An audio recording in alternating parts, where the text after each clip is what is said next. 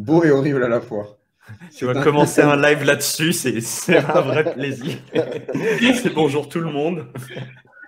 Bonjour à tous. On vous accueille. Heureux de vous accueillir. C'est la définition même de l'accueil. Voilà. Bon, ben là, on est... Bonjour à toutes et à tous. Bienvenue sur cette 60e, 70e émission du jeudi.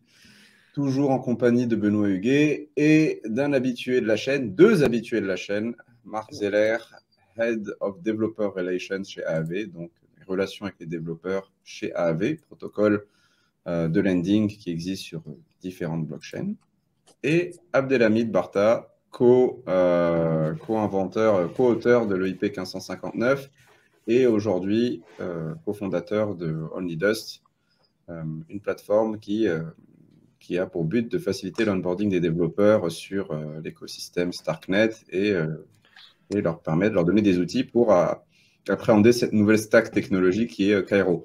On fait un effort cette semaine, on ne parle pas trop de Starknet quand même, parce que ça va faire 2 lives en yes.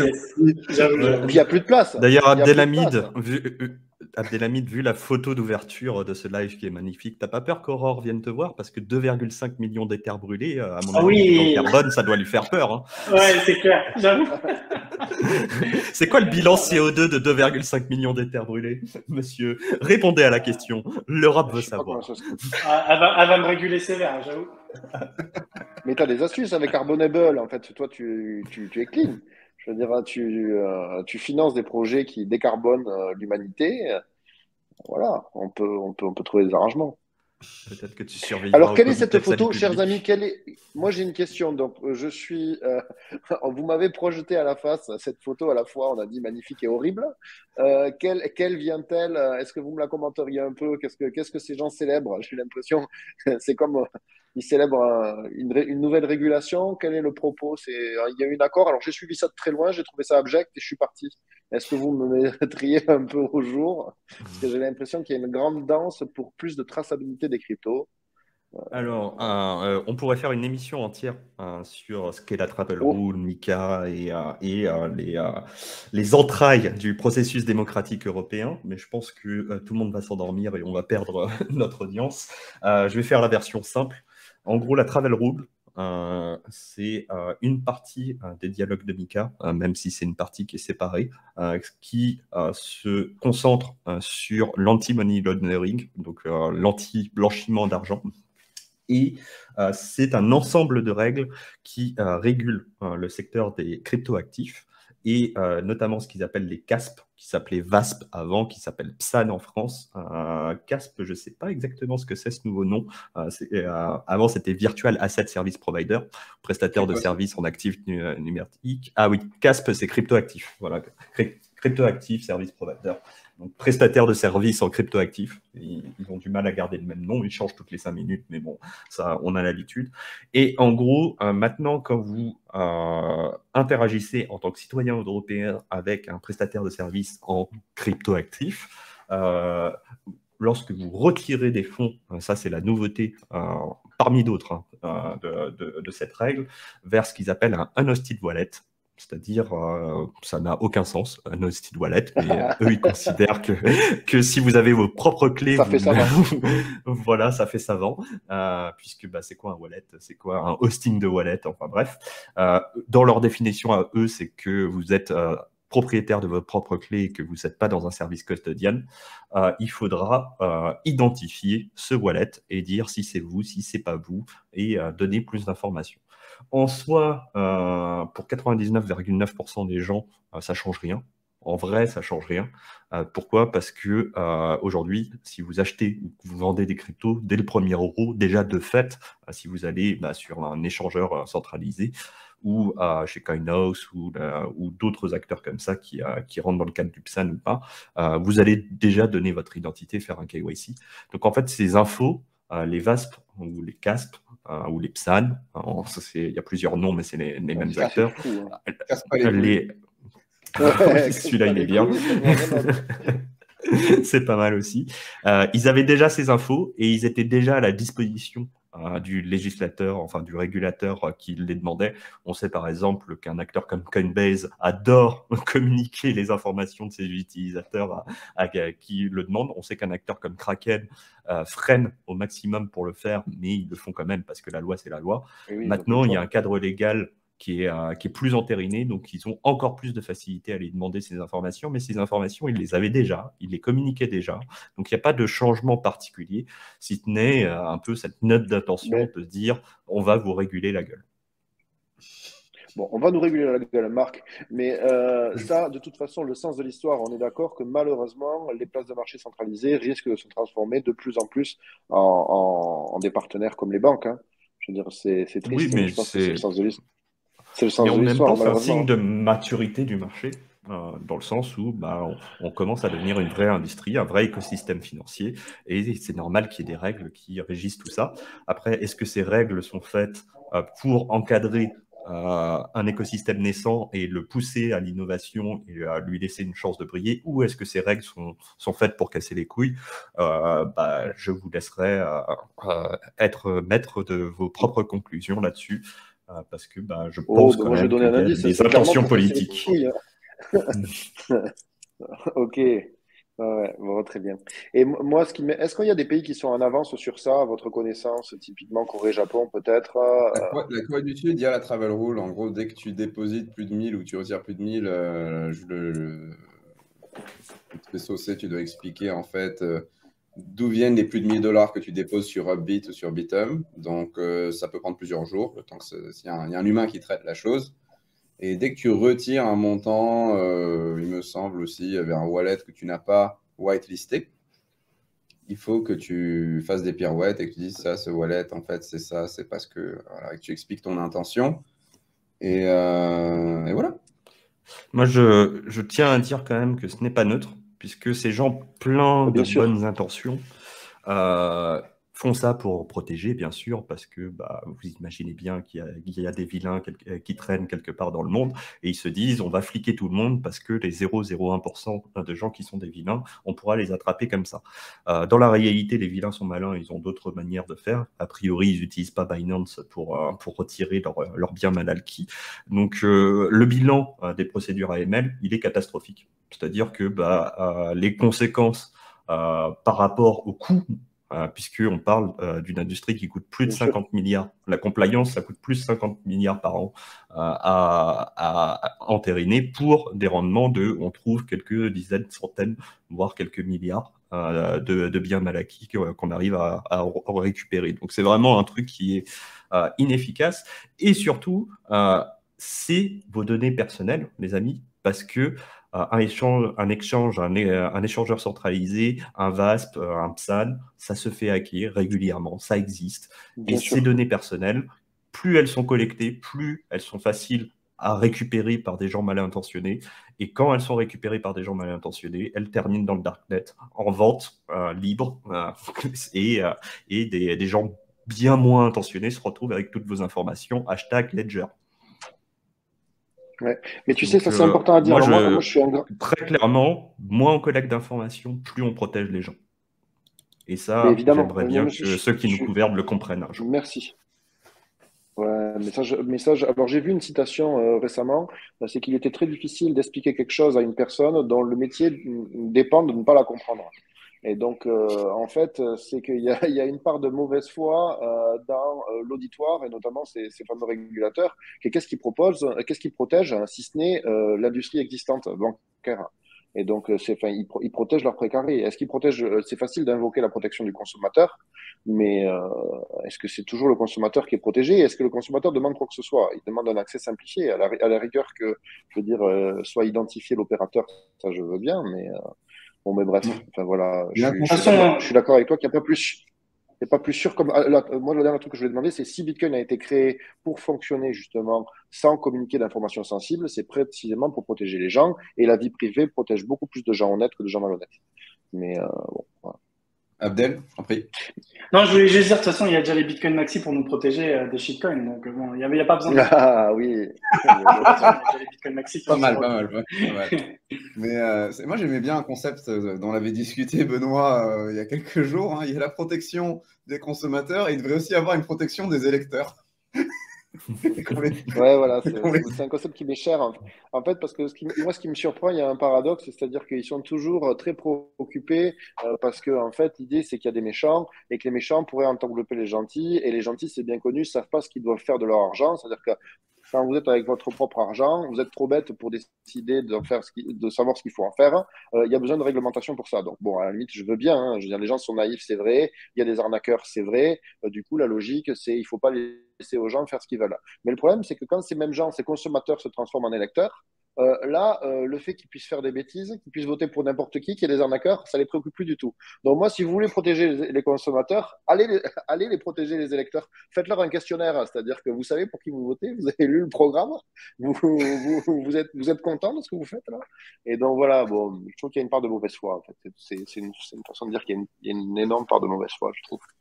Et qu'on gagnerait les gens à laisser un peu faire. C'est-à-dire que si vous êtes trop con pour savoir ce qu'il faut faire de votre argent, comment pourriez-vous être assez futé pour savoir ce que les autres doivent faire de leur argent? Ce qui est le principe de l'élection. Mais voilà, c'est une petite colère personnelle sur laquelle on passera. Et moi, Mais en attends, soi, juste pour redonner des éléments de contexte, puisque là on est dans l'opinion, en gros, ce machin, c'est un truc tripartite. Donc là, ils font la danse de la joie parce que leur parti a entériné cette partie de la réglementation, mais tout ça n'est pas entériné, enfin sera entériné en même temps que Mika. Mika, c'est dans 18 à 24 mois, c'est 2024. Enfin, dans ces horizons-là, le temps du législatif, c'est un temps long, et encore plus aux côtés du Parlement européen. Du coup, il y a d'autres pères Dieu qui se pencheront sur le texte. Il y aura probablement des amendements. C'est probablement un texte qui va évoluer dans le bon ou dans le mauvais sens. Et aussi, c'est pas quelque chose. Les règles ne changent pas du jour au lendemain. Moi, je me pose une question, les gars, je ne sais pas ce que vous en pensez. En gros, quelle doit être notre attitude selon vous? Parce que là, j'ai l'impression qu'on est en mode un peu, on les prend pas au sérieux, on est très passif, on se dit c'est pas une menace, etc. Est-ce qu'on doit rester dans cette posture ou commencer à réagir pour se préparer au cas où ça devienne une menace très sérieuse? Enfin, j'ai l'impression peut-être que de notre côté aussi, on est un petit peu trop optimiste. On se dit que ça ne sera jamais une menace parce qu'on a toujours la technologie qui sera là pour nous sauver. Mais en fait, dans la réalité, bon, je pense qu'il faudrait peut-être qu'on commence à réagir. Et donc, première question, est-ce que vous pensez qu'on doit rester passif ou pas? Et deuxième question, quels sont nos leviers si on voudrait être actif et prévenir la menace? Ouais. En fait, l'un n'empêche l'autre. C'est-à-dire que là, on est un peu dans le tribunal populaire d'opinion. On parle entre nous et à la communauté. Clairement, c'est ni le lieu ni l'endroit de faire avancer les choses. On peut donner notre sentiment. On est là pour vulgariser aussi un peu et discuter des choses. Après, bon, cette personne, Aurore Laluc, refuse le débat. Enfin, il y en a eu un avec quand même Claire Balva, je tiens à le souligner, sur France Culture. C'est un débat arrangé, non? Oui, c'était. Au moins, il y a eu quelque chose, voilà. Mais il faut le souligner. Par contre, n'oublions pas qu'on a affaire à un cinquième couteau d'un micro-parti. A priori, c'est pas non plus une personne qui est le centre de gravité des décisions. Elle a fait son cheval de bataille là-dessus parce qu'elle s'est rendue compte que les maxis, c'était facile à trigger. Et du coup, ça faisait de l'engagement. Et quand tu es un politicien de troisième niveau, avoir de la présence sur Internet, avoir plus de followers, c'est toujours une bonne chose de prise. Depuis qu'elle a découvert la crypto et qu'elle a trigger des gens, elle a beaucoup plus d'engagement. Son nombre de followers a triplé. Vous pouvez aller regarder les statistiques de son compte sur Twitter. Et en fait, ce qu'il faut comprendre, c'est que quand on est clivant et qu'on est exposé à une plus grande audience, même si 1% de cette 99% des gens ne sont pas d'accord avec vous, ce 1%, ça augmente votre audience. Et clairement, de son côté, elle a gagné sur tous les coups. Elle a réussi à bait, et ça s'appelle comme ça, hein, bait les maxi, bait la frange crypto la plus aux réactions la plus épidermique, et rouler sa bosse à un niveau politique là-dessus. Au bout d'un moment, il faut arrêter de nourrir ce type d'acteurs, puisque un politicien qui n'arrive pas à avoir de présence médiatique, qui n'arrive pas à faire réagir les gens, c'est un politicien qui meurt. Donc si vous ne lui souhaitez pas le meilleur pour sa carrière politique, et pas en tant que personne, moi je ne connais pas la personne et je n'irai pas faire des attaques sur cette personne, puisque c'est deux choses complètement différentes. Par contre, ses opinions politiques, je pense, sont néfastes à notre industrie. Eh bien, la meilleure manière de lui nuire, c'est de ne pas réagir, tout simplement. Et surtout pas d'aller insulter, puisque cette personne pratique la victimisation pour aller voir son camp et dire « Regardez, ils sont méchants, c'est Maxi, ils m'attaquent, etc. » Et les gens ça a un certain relais dans d'autres milieux, et c'est une technique qui est assez répandue et facile à mettre en place. Et pour l'instant, elle roule dessus depuis 6 mois, et vous tombez dans le panneau. Et quand je dis vous, c'est la communauté en général, mais une petite partie de celle-là, bien sûr, depuis 6 mois, et vous faites son beurre, hein, les amis. Ce que tu décris, c'est l'effet Streisand, c'est-à-dire que par ta réaction, tu attires plus d'attention que justement ce que tu voulais combattre. C'était des photos qui avaient été publiées de sa résidence, de sa villa privée. Elle avait voulu faire un procès pour que ces photos soient retirées, et du coup, ça a attiré l'attention médiatique de tout le monde sur sa villa privée, sur laquelle elle voulait pas que l'audience se porte. Et c'est un petit peu ce qui se passe avec Aurore Lalucq, c'est que, je veux dire, les réactions, en fait, attirent de l'attention sur cette personne qui n'en mérite certainement pas. Enfin, en tout cas, ses idées n'en méritent pas, elle, je ne sais pas. Et cette personne n'en a pas à la base. On est vraiment sur un troisième couteau de parti. On n'est pas sur une personnalité politique d'importance. On est vraiment sur quelqu'un qui était en fond de liste électorale et qui, sur un malentendu, s'est fait élire. Donc, on n'est pas du tout sur un Bruno Le Maire qu'on peut aimer ou pas aimer, mais qui a une importance politique au niveau français. Là, on est vraiment sur du fond du tableau de liste électorale, et vous lui donnez une importance qu'elle n'a pas. Oui, mais elle est irritante. Hein. Tu comprends qu'à un moment donné, voilà, hein, il y a. Mais c'est la stratégie. C'est fait pour. Eh bien, ouais, mais elle marche bien. Hein. Moi, je veux dire, si tu mets du piment dans mes yeux, à un moment donné, je chante. Hein. Mais ouais, voilà. Mais attends, mais moi j'aimais bien la question d'Abdel quand même, qui était comment doit-on faire face à une législation qui deviendrait folle? Parce que moi, figurez-vous, je fais partie de ceux qui sont extrêmement pessimistes.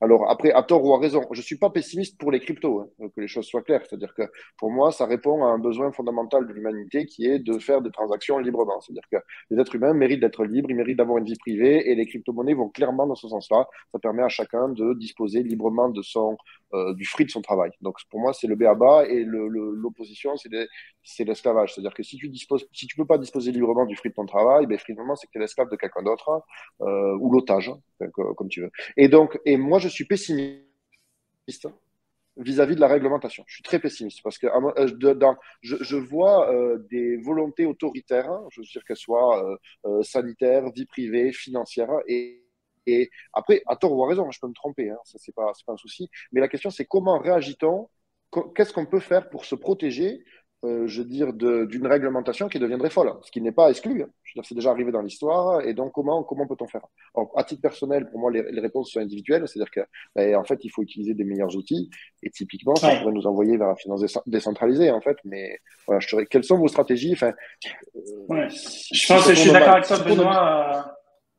Ouais, la première étape, tu as raison, effectivement, c'est déjà une étape d'éducation dans la commune crypto pour justement être de moins en moins dépendant des vecteurs d'attaque qui sont les échanges centralisés, tous ces éléments-là. Pardon. Une première chose à faire, retirer, on le dit tout le temps, not your keys, not your coins, on ne cessera jamais de le répéter. Donc, s'affranchir de toutes les entités, tous les acteurs qui font que c'est des surfaces d'attaque. Ça veut dire aussi qu'il faut aller de plus en plus vers un mode où chacun va lancer son propre nœud.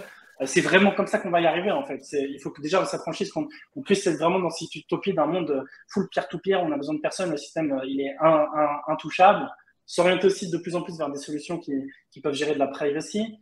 Je pense ce genre de choses, mais après ça sera pas suffisant. Donc effectivement, il y a tout l'outillage, les outils qu'on outille, l'hygiène aussi, les bonnes pratiques en termes de sécurité, d'outils, etc. Ne pas compter sur des acteurs centralisés, être maître de sa propre souveraineté, c'est-à-dire aussi lancer son propre node, etc. Mais ça suffira pas. Donc évidemment, ça c'est la première réponse, la raison de moi, je suis d'accord avec toi. Mais pour le reste, le plus politique, c'est un peu plus compliqué. Mais alors moi j'ai du concret pour vous. Donc justement, je réfléchis, tu sais, souvent je vois donc ce combat souvent entre Bitcoin, Ethereum, ou même crypto et fiat. Et donc, je réfléchis, tu vois, à des limites de Bitcoin, des qualités et les limites, sachant que j'adore Bitcoin, mais il y a aussi des limites. Dans les limites que je trouve, tu vois, ah, mince, on a perdu Abdel. J'espère il va revenir. Ah, voilà. Dans les critiques que je trouve constructives par rapport à Bitcoin, c'est que oui, on dit que Bitcoin est le plus décentralisé. Nanani, nanana. Au niveau de la répartition de la supply, je veux bien. Mais il y a quand même une limite, tu vois, que je trouve énorme à Bitcoin. C'est que si tu veux trader Bitcoin ou si tu veux prêter Bitcoin, je veux dire, ces fonctions-là, c'est très difficile de trader des bitcoins ou de les prêter de façon décentralisée. Et du coup, par exemple, c'est difficile de se protéger avec Bitcoin sans passer par un acteur centralisé qui va accumuler, je veux dire, plein d'informations sur ta personne. Voilà. Et donc, typiquement, ça, c'est un avantage d'Ethereum. C'est-à-dire qu'Ethereum, tu peux convertir des Ethers vers des stablecoins en passant par une place de marché décentralisée. Et donc, OK, la supply, elle est pas répartie pareil, elle n'a pas été distribuée pareil. Donc, peut-être que Bitcoin a un avantage à ce niveau-là. Mais au niveau du trading et du lending, et c'est quand même des fonctions, je veux dire, essentielles de la finance, tout simplement. Hein. Je veux dire, trader, prêter, échanger, prêter. Et tu vois, par exemple, le législateur, comment il va attaquer les crypto-monnaies? Comment il peut attaquer Bitcoin? Il va pas l'attaquer sur un point de vue technique, il va pas s'en prendre aux mineurs. En fait, ce qui fait la sécurité de Bitcoin, c'est d'une part la technique, d'autre part la communauté. Et la communauté, en fait, qu'est-ce que peut faire le législateur? Il peut s'attaquer en fait à l'adoption. Tu peux facilement freiner l'adoption. Et typiquement, je veux dire, pour qu'une crypto-monnaie ne se transforme pas en véritable monnaie, ben, si tu rends l'acceptation des crypto-monnaies légalement plus contraignante, tu vas nuire terriblement à l'adoption des commerçants. Et ça, c'est quand même un biais. Donc, tu pourras jamais interdire l'existence de Bitcoin, c'est-à-dire que tu pourras pas faire qu'il y ait plus de mineurs.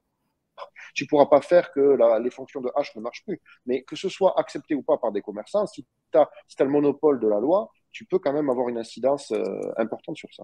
Et pareil sur les échanges. Et je trouve à ce titre-là que Ethereum est plus protégé parce que si tu veux swapper des Ethers vers des stablecoins parce que tu as peur du bear market, je veux dire, avec Bitcoin, tu peux pas faire ça facilement sans passer par une place de marché centralisée.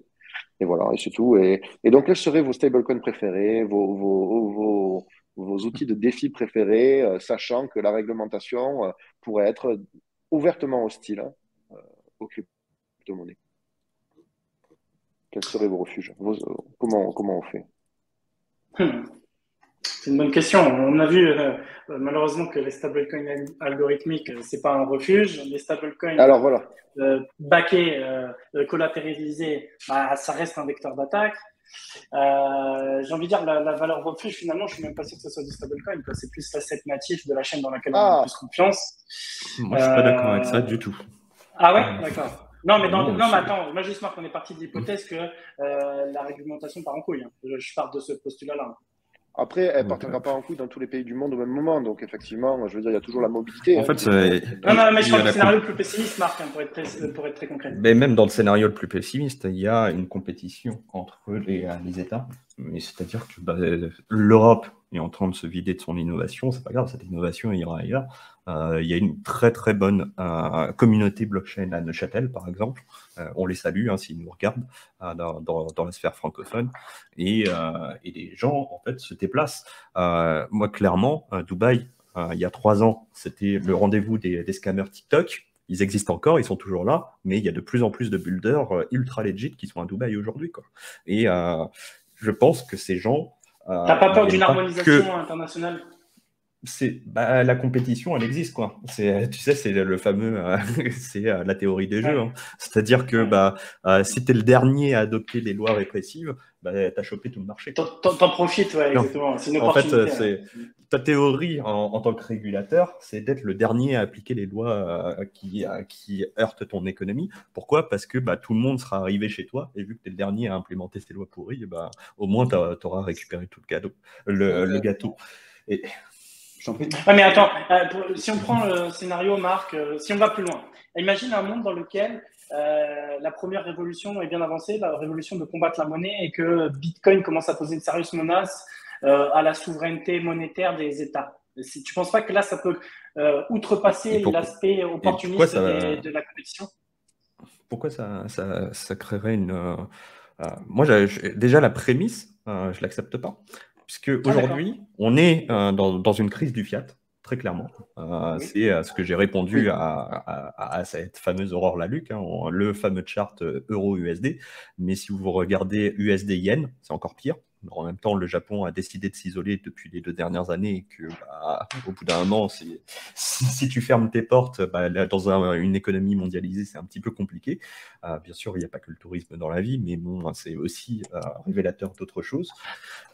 Aujourd'hui, on est dans ce qu'on appelle, je crois que ça s'appelle dollar milkshake théorie, c'est-à-dire que quand les fiat vont mal, les gens vont voir l'économie la plus forte, c'est-à-dire le dollar.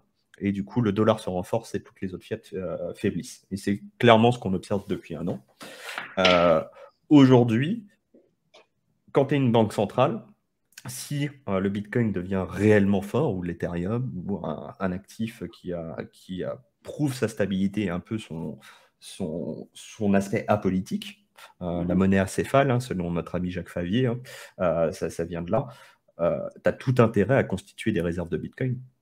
Au contraire. Dans une stratégie de défiance des monnaies? Alors, il y a un article merveilleux de Dr. Eyes qui est sur ça. Ouais. Et effectivement, je veux dire, si tu peux pas, tous les pays exportateurs, le problème qu'ils ont, c'est qu'ils accumulent dans les fiat de notre pays. Bon, là, c'est le dollar. Donc, effectivement, mais ils sont embêtés. Hein. C'est-à-dire que si tu as une défiance vis-à-vis des fiat, tu dois te réfugier vers d'autres actifs et les cryptos peuvent le faire partie. En fait, tu as les commodités, l'or, les cryptos. Donc, c'est énergie comme ça. Enfin, la monnaie, c'est quand même le symbole de la souveraineté des États, quoi. Donc, je suis pas sûr que ça va être facile à passer ce cap où ils se diront, soit on a perdu, quoi. Donc, bon. Ils n'ont pas perdu, ils peuvent continuer à imprimer. De toute façon, ce n'est pas eux qui impriment, c'est les banques secondaires, c'est les banques commerciales, comme on dit. Mais de toute façon, là, en ce moment, toutes les monnaies fiat, sauf le dollar, sont dans une spirale de la mort. L'euro, ça ne vaut plus rien. Le yen, ça fait peur. Après, tu as les économies faibles. Ça, c'est les pays importateurs. Ouais. Mais les pays exportateurs, ils n'ont pas forcément des monnaies dégueu. Hein. Si tu prends, le yuan, je pense qu'il va être moins dégueu, tu vois, si tu prends si tu comptes le yuan et le rouble, qui sont des monnaies très contrôlées, enfin, le rouble, ça ne fait que monter, mais en même temps, tu peux l'acheter, mais pas le vendre. Alors, figure-toi que j'avais des roubles dans ma banque russe. Au début de l'invasion, leur valeur a clairement fondu suite aux sanctions, etc. Puis il y a eu des contrôles des capitaux. On a forcé des trésoreries à être transformées en roubles et pas mal d'autres mesures un peu discutables, etc.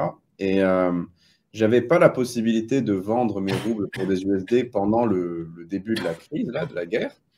Et il y avait un spread de toute façon de malade sur les autres plateformes à travers lesquelles je pouvais acheter ou vendre.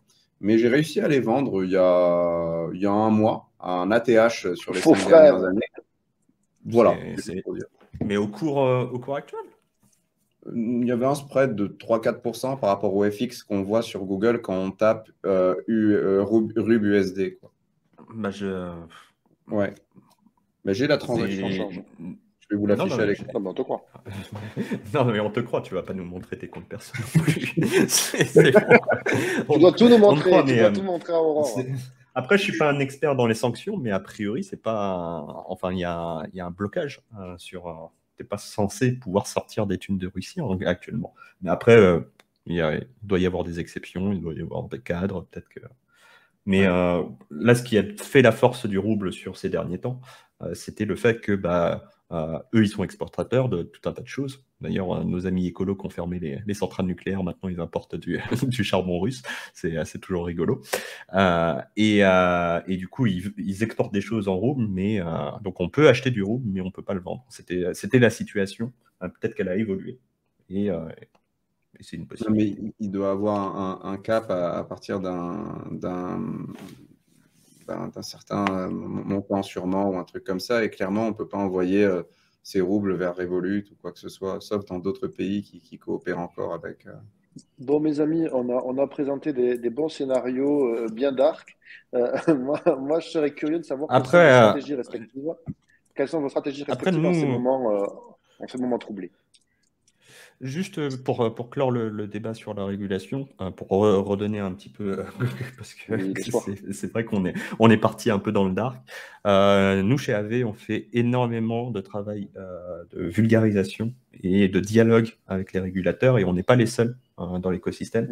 Mhm. On soutient l'ADAN en France, dans le monde francophone. On soutient aussi d'autres équivalents qui sont en fait des lobbies. Le mot lobby Oui. est mal vu dans la sphère francophone, mais en soi, c'est pas non plus. Enfin, c'est juste porter la parole d'acteurs d'une industrie, tout simplement. Il y a des abus parfois, mais c'est pas forcément tout est mauvais. Et donc, on rencontre très régulièrement les régulateurs, on rencontre très régulièrement le gouvernement. Lundi, mardi, en début de semaine, j'étais avec la direction générale du Trésor, donc nos amis des impôts, Oui. pour expliquer comment fonctionne la finance décentralisée. Leur expliquer parce que il ne faut pas les sous-estimer. Moi, j'ai été impressionné de leur niveau, clairement. Leur expliquer en quoi AV, c'est pas Terra Luna et c'est pas Celsius. Il y a vraiment un travail d'éducation en ce moment sur expliquer en quoi la DeFi, c'est différent de la CeFi, la CeFi.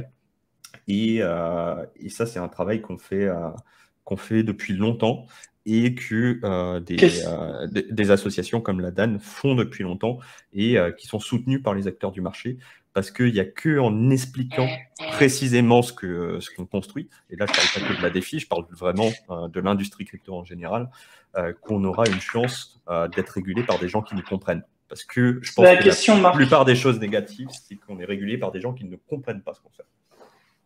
Ouais, du coup, question justement, ça pourrait être intéressant, je sais pas, que tu expliques sous forme de light, etc., les arguments ou la façon dont tu te présentes à AV à ces gens-là. Je pense que ça serait bien que les acteurs, les builders, etc., aient ces armes-là, mais aussi la commune, tu vois, pour leur donner aussi des moyens de vulgariser et d'expliquer à n'importe qui, parce que voilà, chacun peut avoir des connexions et tout. Peut-être si tu pouvais aider la commune à avoir des armes argumentaires par rapport à ça, ça pourrait être cool. Je sais pas si tu as des slides de présentation spécifiques pour eux ou ce genre de choses qui peuvent être partagées, ou voilà, ou même t'expliques à l'oral le genre d'argument que tu utilises. Je sais pas, je me pose la question. Moi, mon point de vue personnel, c'est que la politique, ça ne doit pas se faire sur Twitter. Parce que même si on est 99% de gens bien intentionnés, et ça c'est vraiment la technique la look, pour nous reciter à cette personne, elle prendra un screenshot de 1% des réponses qui sont les débiles d'entre nous, et il y aura toujours des débiles entre nous. Ça et elle l'utilisera ce 1% de screenshot pour dire ils sont méchants dans la crypto, il faut les réguler.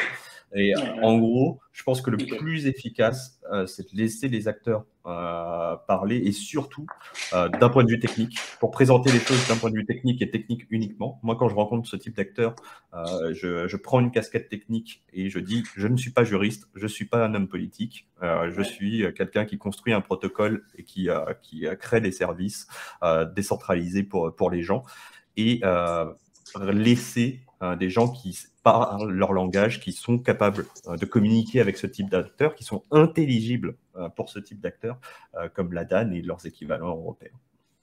Je pense que c'est le mieux. Ça sert à rien. Le tribunal public sur Twitter, c'est vraiment ce qu'il y a de pire, je pense.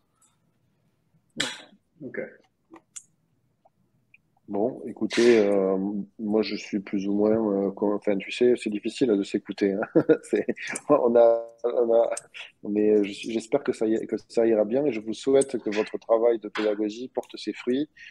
Voilà. Après, moi je suis de naturel pessimiste avec le régulateur, mais en tout cas, c'est sûr que il faut bien essayer quelque chose, et donc. Écoute, force, hein. Oui, commencer par l'option pédagogique dialogue, ça a du sens. Hein. Je pense qu'il faut d'abord explorer cette option. C'est important de prendre du recul et de regarder les. Juste, je termine. C'est important de prendre du recul et de regarder l'évolution de ce type d'acteurs. Moi, j'ai fait ma première réunion avec l'AMF et la CPR, qui sont un peu les gendarmes des services, des marchés financiers en France, en 2016. Et à l'époque, je travaillais pour Consensus. Et je travaillais dans de la recherche sur des trucs bizarres qu'on appelait les stablecoins décentralisés, qui n'existaient pas vraiment à l'époque. Et j'ai présenté un peu nos recherches à ce type d'acteurs. clairement, on m'a regardé comme un extraterrestre. Et limite, ils se disaient, c'est quoi cet autiste qui viennent nous voir, puisque la défi n'existait pas à l'époque, Ethereum, c'était beaucoup plus petit, etc. Vous n'avez pas complètement tort. Donc, c'était pas hyper concluant comme rendez-vous. Je pense que je m'en souviendrai longtemps. Là, en début de semaine, j'ai eu, pas avec exactement les mêmes acteurs, mais ces mêmes acteurs, je les ai rencontrés il n'y a pas si longtemps non plus. On avait une discussion hyper, un peu technique quand même, hyper argumentée, hyper intéressante, et on sent que ils ont fait leur devoir et qu'ils sont beaucoup plus au fait des choses et dans une compréhension qu'il y a quelques années. Et moi, j'ai été positivement impressionné par ces gens qui, en fait, prennent les vraies décisions, puisque il y a les politiques qu'on voit à la télé, mais à un moment, tu as les fonctionnaires qui écrivent les textes, quoi. Et, oui, mais bon, on peut comprendre. Il y a du mieux. Ok. Mais on peut. Et de là à faire confusion entre AAV ou j'en sais rien, un truc comme Encore, c'est que tu n'as clairement pas fait tes devoirs. S'il faut devoir, s'il y a besoin de clarifier ces points-là, c'est qu'il y a quand même une compréhension qui est bancale, non? Ouais, mais par rapport à quelques années, maintenant, ils savent ce que c'est AV, ils savent ce que c'est Encore. Tu vois. À l'époque, c'était compliqué, quoi. À l'époque, ils disaient toujours Bitcoin, blanchiment d'argent, tu vois, ou terrorisme. Ouais. Là, le mot terrorisme n'a pas été évoqué une seule fois dans la réunion. C'est un sacré. C'est old fashion, c'est bon. Non, mais moi, ce que je dis qui est important, c'est que c'est ces gars-là qui écrivent les notes de Bruno Le Maire, tu vois. Et au bout d'un moment, oui, non, mais c'est important. Quand tu es ministre, quand tu es ministre de l'économie, tu es censé avoir un avis sur la production métallurgique dans le nord de la France, si elle existe encore, un avis sur les crypto-monnaies, un avis sur tout. Donc, tu peux pas. Tu es obligé d'être entouré par une équipe de gens brillants qui ont fait de très belles études et qui t'écrivent des fiches, qui vont, toi, en tant que politique, t'influencer. Et si les gens qui écrivent tes fiches sont bien éduqués et ont bien connaissance des choses, il y a des chances que ces fiches, elles soient un petit peu moins négatives, quoi. C'est ma seule position. Et c'est là où je me pose la question, moi, parce que tu vois, je veux dire, une meilleure compréhension, c'est bien, mais est-ce que c'est pour t'aider ou est-ce que c'est pour te nuire? Et voilà. Mais après, effectivement, si tu as plus de chances que ça aille dans le bon sens, si tu as un mec qui canargue les yeux, disons que si tu as un mec qui tient une mitraillette et qui a les yeux fermés, à mon avis, il va dégommer les civils plus facilement que, je veux dire, si tu lui ouvres les yeux. Mais bon, pour moi, tu as quand même le mec qui a une mitraillette et qui tire. Donc toi, ton boulot, c'est de lui ouvrir les yeux en espérant qu'il canarde pas n'importe qui. Et c'est sûr que s'il a les yeux ouverts, il pourra peut-être mieux viser et tirer sur les méchants. Mais si sa volonté est funeste, il ne tirera qu'avec plus de précision sur les gens qu'il a voulu désigner. Donc moi, c'est voilà, mais c'est mon côté. Je me pose une question philosophique. Non, vas-y. Je t'en prie, Ok. Je me pose une question philosophique quand on dit ça, par rapport à la crédibilité des protocoles, pas la crédibilité, la neutralité, des protocoles, parce qu'en fait, on est un peu en train de dire, ça me fait penser un petit peu au jeu de certains Bitcoin maximalistes qui essayent de dire, ouais, mais ETH, c'est un security, blablabla, et là, on se dit qu'il y a de la bonne et de la mauvaise DeFi, etc. Tout ça pour dire que le protocole, lui, il est neutre, tu vois. C'est-à-dire en soi, une application ne doit pas juger une application. Donc, c'est juste ça la question philosophique que je me pense en disant, est-ce qu'on n'est pas toujours en train de chercher à détourner l'attention en disant, il y a quelqu'un qui fait pire que moi, entre guillemets. C'est ça que je me pose comme question. Voilà. Moi, je suis d'accord avec toi, ma position, c'est de mettre en avant la décentralisation, l'auditabilité, le fait que dans la DeFi, que la CeFi, c'est une boîte noire et que la DeFi, on peut auditer chaque euro et que mettre en avant les différences. Après, moi, mon boulot, c'est d'expliquer ces différences, expliquer ce qu'on fait. Après, je ne suis pas un homme politique. Hein. Ça ne m'intéresse pas. Et, toi, tu restes factuel et tu... Voilà. Et il existe des associations. La DAN, ce n'est pas un acteur qui défend la DeFi. La DAN, ça défend les acteurs numériques. C'est comme ça que ça s'appelle, je crois, en France. Et ça défend l'écosystème en général. Donc, en tout cas, de notre côté, on n'est pas là pour. Tu sais, il y avait, j'ai vu sur Canal+ là récemment la série Super Pump sur Uber, et dans les premiers épisodes, bah, t'as les taxis qui viennent embêter les régulateurs pour dire, hey, les Uber, ils ont pas de licence, mettez leur régulation. Et puis dans les derniers épisodes, bah, t'as Uber qui va voir les régulateurs pour dire, hey, Lyft, ils ont pas de licence, allez faire voir, faites votre boulot et emmerdez-les. Ça, c'est clairement quelque chose que je trouve peu intéressant et qui est peut-être décrit, hein, mais je pense que c'est peu constructif. Écoute, nous, on te soutient. Et effectivement, je préfère que ce soit toi qui présente les cryptos qu'une politique de troisième frappe qui n'y comprend rien et qui a la méchanceté dans le fond du regard. Donc, après, moi, je présente la défi. C'est les trucs que je sais. Hein. J'irai pas parler de trucs bien sûr. Mais au moins, tu les maîtrises et tu vas leur montrer les différences sur un côté objectif. Bon, moi, je reste un individu, tu es, avec ses peurs et ses envies de grandeur aussi. Et je me demande, j'en reviens à ma question, hein, parce que tu sais, il ne faut pas écouter ce que disent les gens, il faut regarder ce qu'ils font. Et moi, je suis curieux de savoir quelles sont vos stratégies en ce bear. Donc, par exemple, ça peut être par rapport à vos stablecoins. Est-ce que vous êtes encore en stable? Est-ce que, auquel cas, dans quel et comment vous les rentabilisez? Est-ce que vous recommencez à accumuler ou vous n'avez peut-être jamais cessé, vous continuez? Voilà, quels sont vos... Parce que je suppose que la stratégie dépend quand même de la tendance du marché. Alors, elle peut ne pas jamais changer. Je ne sais pas quelles sont vos stratégies respectives. Moi, perso, j'ai 0 stable, je suis full BTC ETH, 100%. Ah putain, et je DCA, mais vraiment tranquille. Genre le DCA très très tranquille. J'ai installé l'application Bitstack pour faire du DCA et aussi de l'arrondi sur les paiements carte bancaire. Je trouve que c'est un moyen cool d'accumuler. Juste dans la logique, ça me plaît de dire que j'arrondis des paiements pour accumuler des SAT. Je trouve ça assez cool.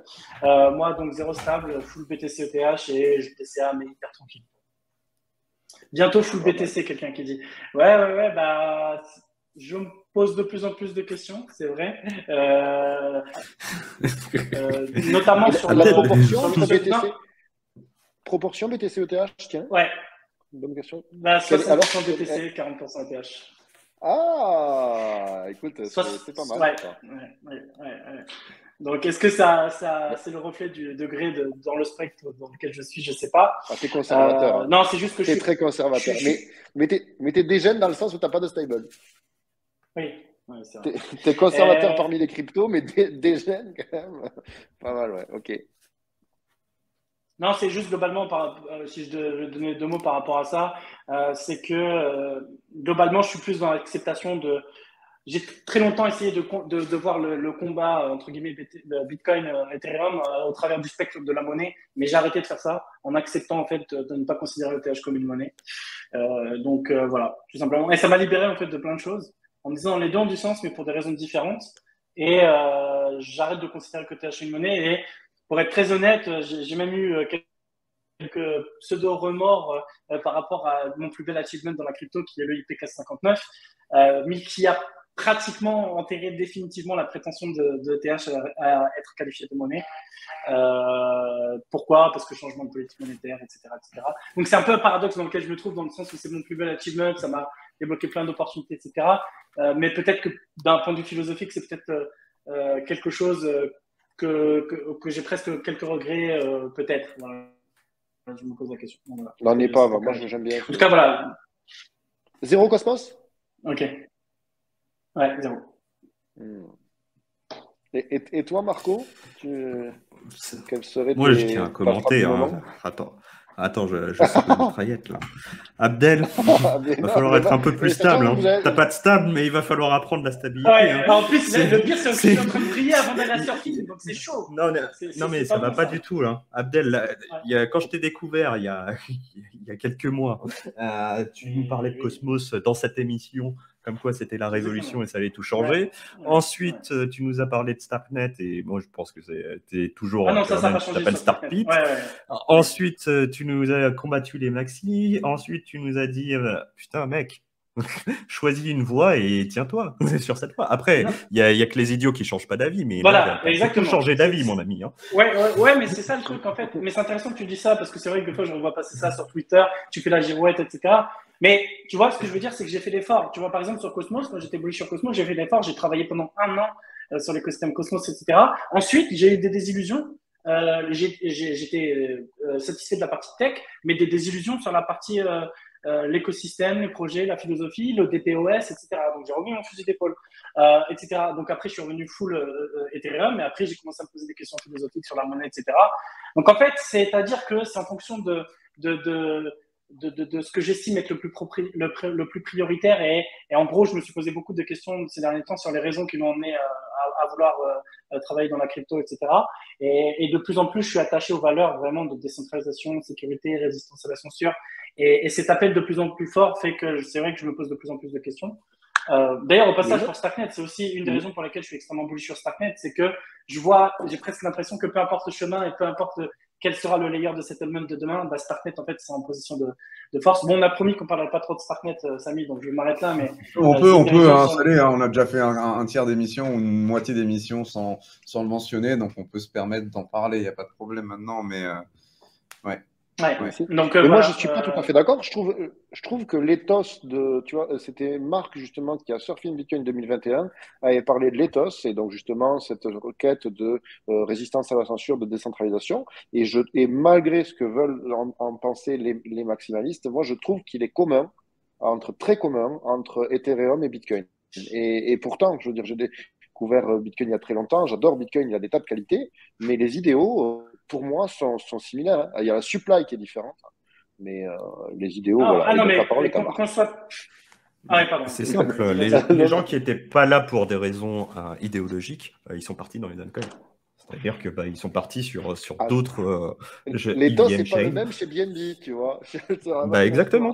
Et en fait, aujourd'hui, il y a des alternatives qui marchent très bien. Si on n'en a rien à foutre de la décentralisation, l'écosystème BNB marche, l'écosystème d'autres EVM blockchain, elle marche très bien. Vous allez retrouver des smart contracts, vous allez trouver des choses là-bas. Et aujourd'hui, Ethereum a réussi à solidifier un certain mindset et un certain ethos qui pour moi est important. On est quand même dans moins d'une semaine, il y a le merge testnet Sepolia. On est, je pense, à moins de 2 mois du merge sur le mainnet.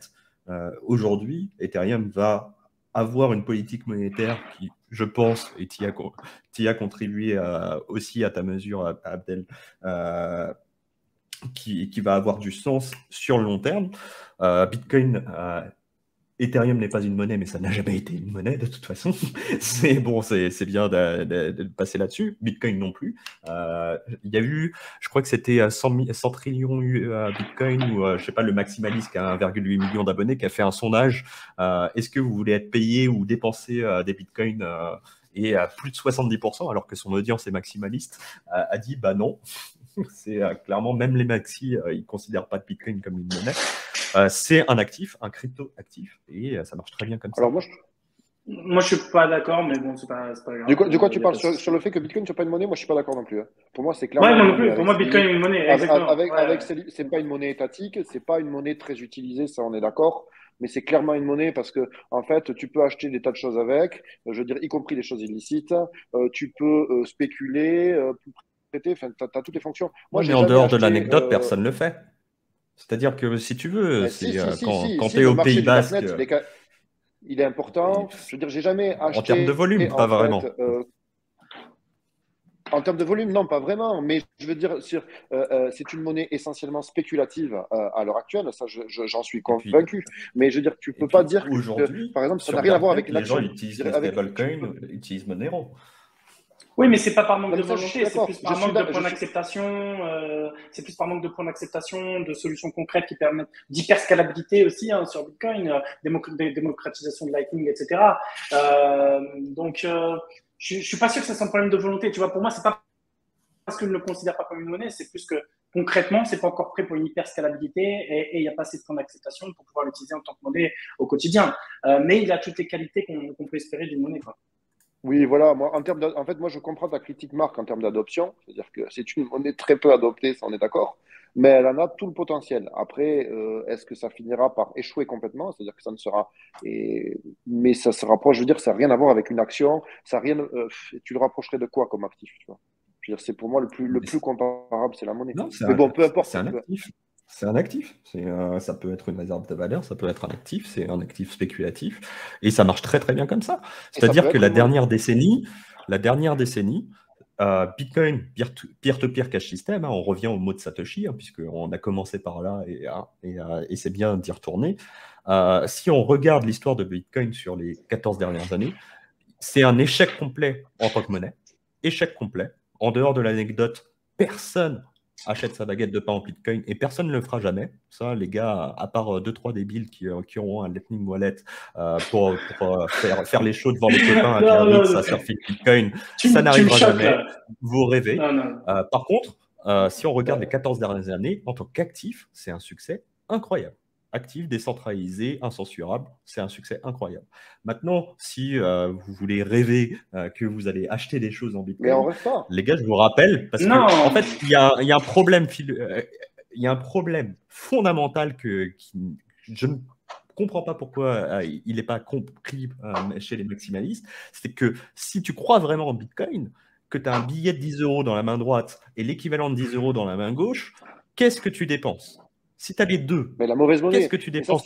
Tu dépenses les euros à 100%. Si tu es un commerçant et que quelqu'un te montre, et tu crois à Bitcoin, quelqu'un te montre un billet de 10 € ou un wallet Lightning avec 10 € dedans, qu'est-ce que tu prends? Le Bitcoin à chaque fois, si tu crois vraiment à Bitcoin. Du coup, ça ne marche pas. Mais ça changerait. Il y a une asymétrie qui est fondamentale et qui fait que ça ne peut pas marcher.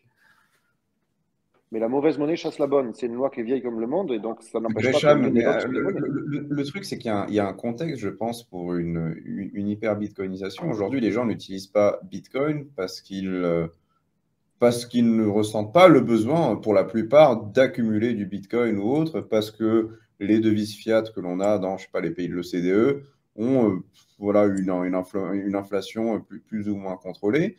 Mais on peut peut-être entrer dans le futur, j'en sais rien, dans un nouveau paradigme où la confiance dans les institutions, les banques centrales est totalement anéantie et les gens commencent à se tourner vers d'autres systèmes alternatifs pour stocker de la valeur, pour échanger des informations, échanger de la valeur. Et là, tout d'un coup, on commence à avoir des stores qui pop-up et qui utilisent vraiment Bitcoin et qui s'affranchissent totalement du système fiduciaire mis en place. Mais le problème, c'est que ça, c'est vraiment le bullish case pour Bitcoin et que j'ai envie d'y croire, mais que je sais très bien qu'à partir du moment où on en arrive là, c'est là où ils mettent en place toute la machinerie pour bloquer les gateways, niquer tout le monde, alors, en fait, tout simplement. Et c'est là où Bitcoin peut devenir une monnaie. Comme dans pas mal d'endroits, en fait, où la situation est critique, etc. Je pense qu'au Venezuela, pour des rémittances, si tu envoies des Bitcoins chez une famille ou autre, tu vas avoir pas mal de cashers dans des supermarchés qui vont privilégier un paiement en Bitcoin qu'un paiement en Bolivar ou Santos ou je sais pas quoi. Et donc, je pense qu'il y a juste besoin de plus de mal à l'échelle de la planète pour qu'on en arrive à une. Je pense qu'il y a un déclic et on n'y est clairement pas aujourd'hui. Bitcoin n'est pas utilisé comme monnaie dans les pays where it matters, en fait, peut-être. C'est comme ça, on va le dire de façon assez contendante. Nous, ce qui nous préoccupe, c'est ce qui se passe dans l'Occident et les gens s'en tapent. Mais pour combien de temps? Parce que ces monnaies-là, elles vont probablement faillir. On propose probablement, il y a plus de chances que ça va mal se terminer pour l'euro. Comment est-ce qu'on va rattraper en fait la situation? Comment est-ce que les gens vont réagir face à cette situation économique, cet événement économique? Est-ce qu'ils vont se tourner vers l'or? Est-ce qu'ils vont se tourner vers Bitcoin? Et si les gens se tournent vers Bitcoin et qu'on a ce grand exode, quelle va être c'est comme un gamin qui perd au Monopoly. Peut-être qu'il va renverser le plateau et dire « Ah ben, j'interdis les cryptos parce que c'est un Eldorado, c'est un point d'évasion pour les gens qui avaient autrefois foi en ma monnaie. » Et là, qu'est-ce qu'on fait? Et c'est uniquement à partir de ce moment où les gens commencent à computer la chose comme ça qu'on va avoir des stickers « Oui, j'accepte les Bitcoins parce que l'euro, c'est de la merde, j'ai plus confiance en l'euro. » Je pense que c'est peut-être comme ça. Moi, je sais pas. Perso, moi, ça me dérange un peu philosophiquement de me dire de ne pas considérer Bitcoin comme une monnaie parce que j'ai envie de dire what the point, tu vois. Si on n'essaie même pas de fixer le fiat, il n'y a pas. Pour moi, toute la révolution qui est en train de se passer perd son sens si on ne considère pas Bitcoin comme une monnaie parce que finalement, le monnaie, c'est presque que le début, mais c'est un passage obligé en fait. C'est-à-dire que tant qu'on n'a pas rompu ce symbole de souveraineté et que finalement on n'apporte pas la liberté, etc., la possibilité à certains pays de s'affranchir de l'hégémonie du dollar ou du franc, peu importe, etc., bah, on n'a rien fait en fait. Donc pour moi, je refuse à ne pas avoir Bitcoin comme une monnaie. Déjà, je pense qu'il y a toutes les qualités pour être une monnaie. C'est les stablecoins, les amis. C'est-à-dire qu'il y a 10 fois plus, 100 fois plus de chances que des gens et des commerçants acceptent l'USDC et les gens payent avec. Et aujourd'hui, c'est ce qui se passe. En fait, l'idéologie, c'est bien. Se retrouver à la terrasse d'un café et parler de philosophie au café de Flore, c'est génial. Maintenant, il y a la réalité des choses. Moi, en 2017, je suis l'un des tout premiers commerçants du monde, avec le Bloc Café à Lisbonne, à avoir eu un nœud Lightning Network que je faisais tourner moi-même et à accepter le paiement en Bitcoin avec Lightning Network.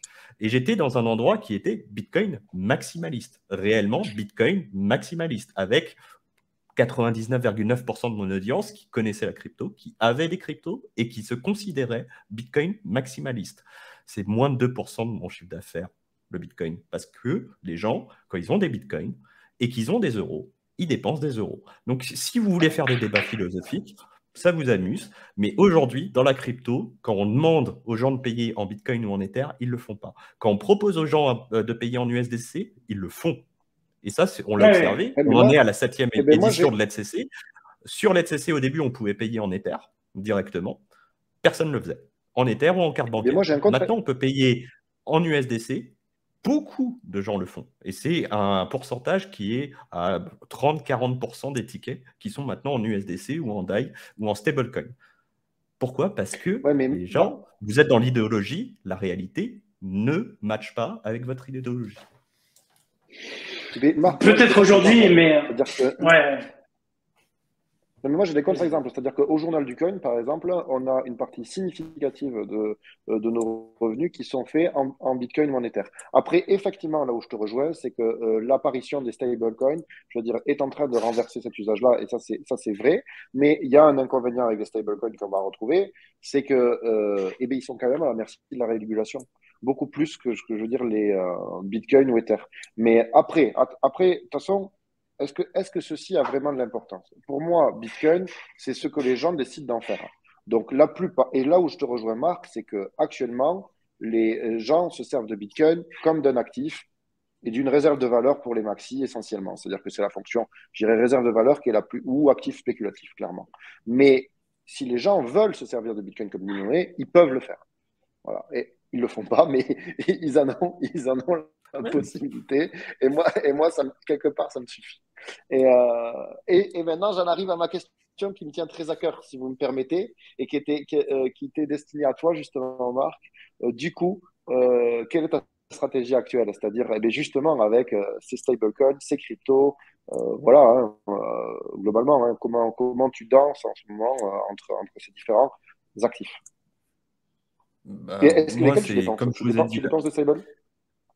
Oui, des stable. Ouais. C'est-à-dire, moi, je suis payé en USDC, puisque j'ai des charges fixes dans la vie. C'est-à-dire, j'ai un loyer que je paye en euros. Donc, je me demande à être payé en dollars parce que je pense que nos amis qui nous gouvernent en Europe sont tellement mauvais qu'être payé en dollars, sur la dernière année, en fait, mon salaire a augmenté, mon pouvoir d'achat a augmenté du fait de l'incompétence de nos gouvernements. Puisque ma somme fixe en dollars, c'est de plus en plus d'euros. C'est-à-dire mon salaire a augmenté de 20% cette année, sans demander la moindre augmentation à notre ami Stanislas Kulechov, qui est le CEO d'AV. Donc je remercie Aurore Laluc, je remercie Christine Lagarde. Continuez d'être nuls, moi je gagne plus d'argent. Ça c'était gratuit, mais c'était mérité. Donc, je suis payé en USDC majoritairement. J'ai aussi un vesting en AV puisque je fais partie de la AV Company. Et donc, ça, c'est deux choses. Moi, je ne considère pas ça comme une partie de mon salaire. C'est un intéressement où on le verra, on le voit de la manière qu'on veut. Et ces USDC, moi, je reste sur la même stratégie qu'avant. C'est-à-dire qu'aujourd'hui, l'endroit le plus rentable et le plus tranquille, entre guillemets, pour parquer ces stablecoins, c'est apporter de la liquidité dans les bridges parce qu'il y a encore du volume entre les blockchains. Et aujourd'hui, le rendement est relativement intéressant avec des risques qui existent. mais qui me conviennent pour l'instant. Après, c'est pas, à part quelques solutions de bridge comme Hop, où on peut directement apporter de la liquidité quand on est un utilisateur. Moi, je suis apporteur de liquidité sur Connext et je fais pour tourner mon propre nœud qui fait de la validation des transactions, etc. Donc, c'est un petit peu plus technique de mon côté, mais pour l'instant, c'est ce qui me convient parce que on est dans un environnement où en fait les gens ont peur d'emprunter, tout simplement, puisque la trend est clairement baissière. Et aujourd'hui, les investisseurs se disent où est-ce qu'est le bottom. Si le bottom est dans moins 70, moins 80%, ouvrir un emprunt maintenant, c'est suicidaire parce que je vais me faire liquider. Si le bottom est dans 10%, moins 10%, ouvrir un emprunt maintenant et parier sur le fait qu'on est proche du bottom, ça commence à devenir intéressant puisque je ne serai pas en position de liquidation. Aujourd'hui, le marché a peur d'ouvrir des emprunts et du coup, les rendements, puisque quand ils empruntent des stablecoins, les rendements sur les stablecoins sont proches du tapis. Il faudra trouver une stabilisation de marché. Est-ce qu'on y est déjà actuellement avec la chute du Bitcoin en dessous de 20 000 et à la chute, je ne sais pas si Ethereum est encore au-dessus de 1000, peut-être que non, peut-être que oui, on n'en sait rien, c'est bien malin celui qui peut prédire l'avenir des marchés, mais une fois que suffisamment d'investisseurs se diront le marché est stabilisé, les prix sont pas ouf, je peux rouvrir des positions, là on reverra popper des opportunités de rendement sur la finance décentralisée. Ok. Donc, toi, c'est les bridges qui correspondent à un business que tu estimes de toute façon valable, parce que... Oui, mais les bridges que je connais. Et donc, je connais bien l'architecture. C'est-à-dire qu'il y a eu beaucoup de hacks sur les bridges. C'est pas sans risque. Je mets mon argent dans un bridge auquel j'ai confiance. Voilà, c'est tout. C'est vrai que je voulais juste rebondir avant de traiter cette question qui est pour Abdel. En fait, le cas de figure, on utilise Bitcoin pour transiger dans Bitcoin de façon globale. C'est peut-être un contexte que je n'ai pas envie de connaître. C'est qu'il y a un vrai problème. Voilà, c'était juste ça. C'est qu'il y a un vrai problème et que je suis désolé, j'ai pas entendu la question, t'as coupé. Non, ce que je voulais dire, c'est que le contexte où on utilise vraiment Bitcoin pour transacter dans la vie de tous les jours et de façon globale, c'est peut-être un contexte en fait que je n'ai pas envie de connaître. C'est qu'il y a un vrai problème. Ça, je te rejoins, ouais. C'est le paradoxe de Bitcoin à $1 million. C'est le paradoxe. Moi, j'ai toujours dit Bitcoin est pessimiste et Ethereum est optimiste. Et en parlant de Bitcoin et de settlement layer, pourquoi Bitcoin serait un meilleur settlement layer qu'Ethereum pour Starknet? Ouais, alors les questions qu'on peut se poser, sans répondre déjà une réponse franche, on peut se poser la question de quelles sont les propriétés qu'on veut d'un bon layer de settlement. On va en citer quelques-unes. On veut qu'ils soient tout le temps available. Donc là, sur ce côté-là, ils sont plus ou moins égaux. C'est pas Solana, je veux dire, ça reste 24 heures sur 24, 7 jours sur 7. Résistant à la censure. Donc là, après, ça va dépendre de votre foi en proof of stake versus proof of work par rapport à ça. Robuste. On veut que le protocole de settlement soit robuste. Et potentiellement, on veut aussi qu'il soit simple. Donc là, c'est là où potentiellement, ça pourrait être un axe sur lequel Bitcoin serait plus intéressant. Grosso modo, c'est ça, la sécurité, la décentralisation. Donc là, évidemment, moi, je pense qu'on n'est pas encore à un niveau suffisant de décentralisation sur Ethereum. C'est clair que il faut beaucoup plus de gens qui lancent leur full node. Il faut qu'on réduise drastiquement les requirements pour pouvoir le faire en termes de storage, de CPU, etc. C'est aussi un problème de pédagogie, de volonté. J'ai quand même l'impression que sur l'écosystème Ethereum, vu qu'on a trop de tools, trop d'outils, etc., qui simplifient le truc, genre Infura, etc. Donc, c'est la solution de facilité. Donc, il y a beaucoup moins de gens qui vont lancer leur full node. Et puis, en plus, ça coûte plus cher, etc. Donc, le spectre de la décentralisation, évidemment, pour la partie d'ailleurs des settlements, c'est aussi important. Voilà pour donner quelques axes de réflexion sans donner une réponse franche. Merci.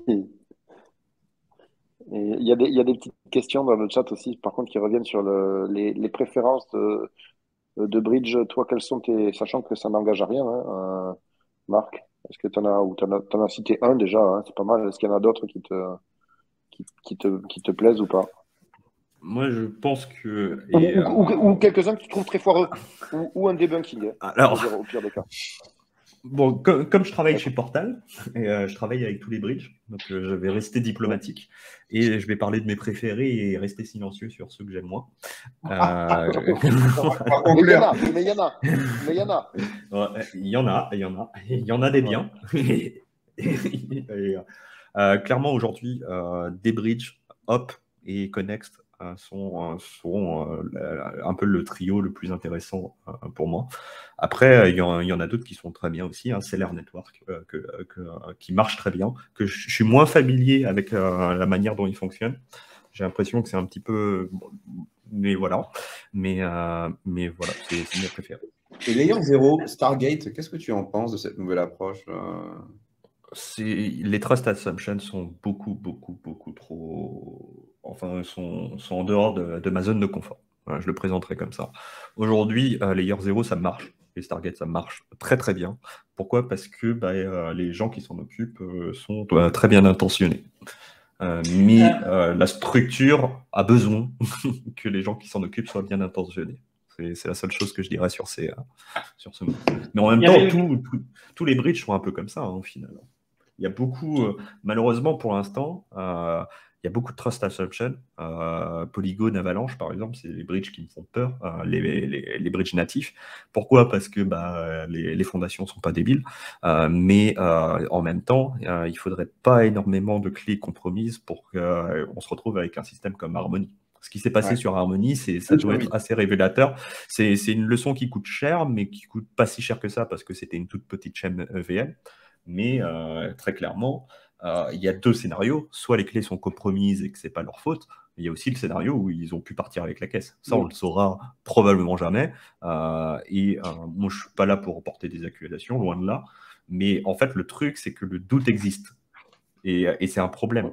C'est-à-dire que nous, normalement, dans l'écosystème blockchain, on est là pour limiter la confiance en des entités.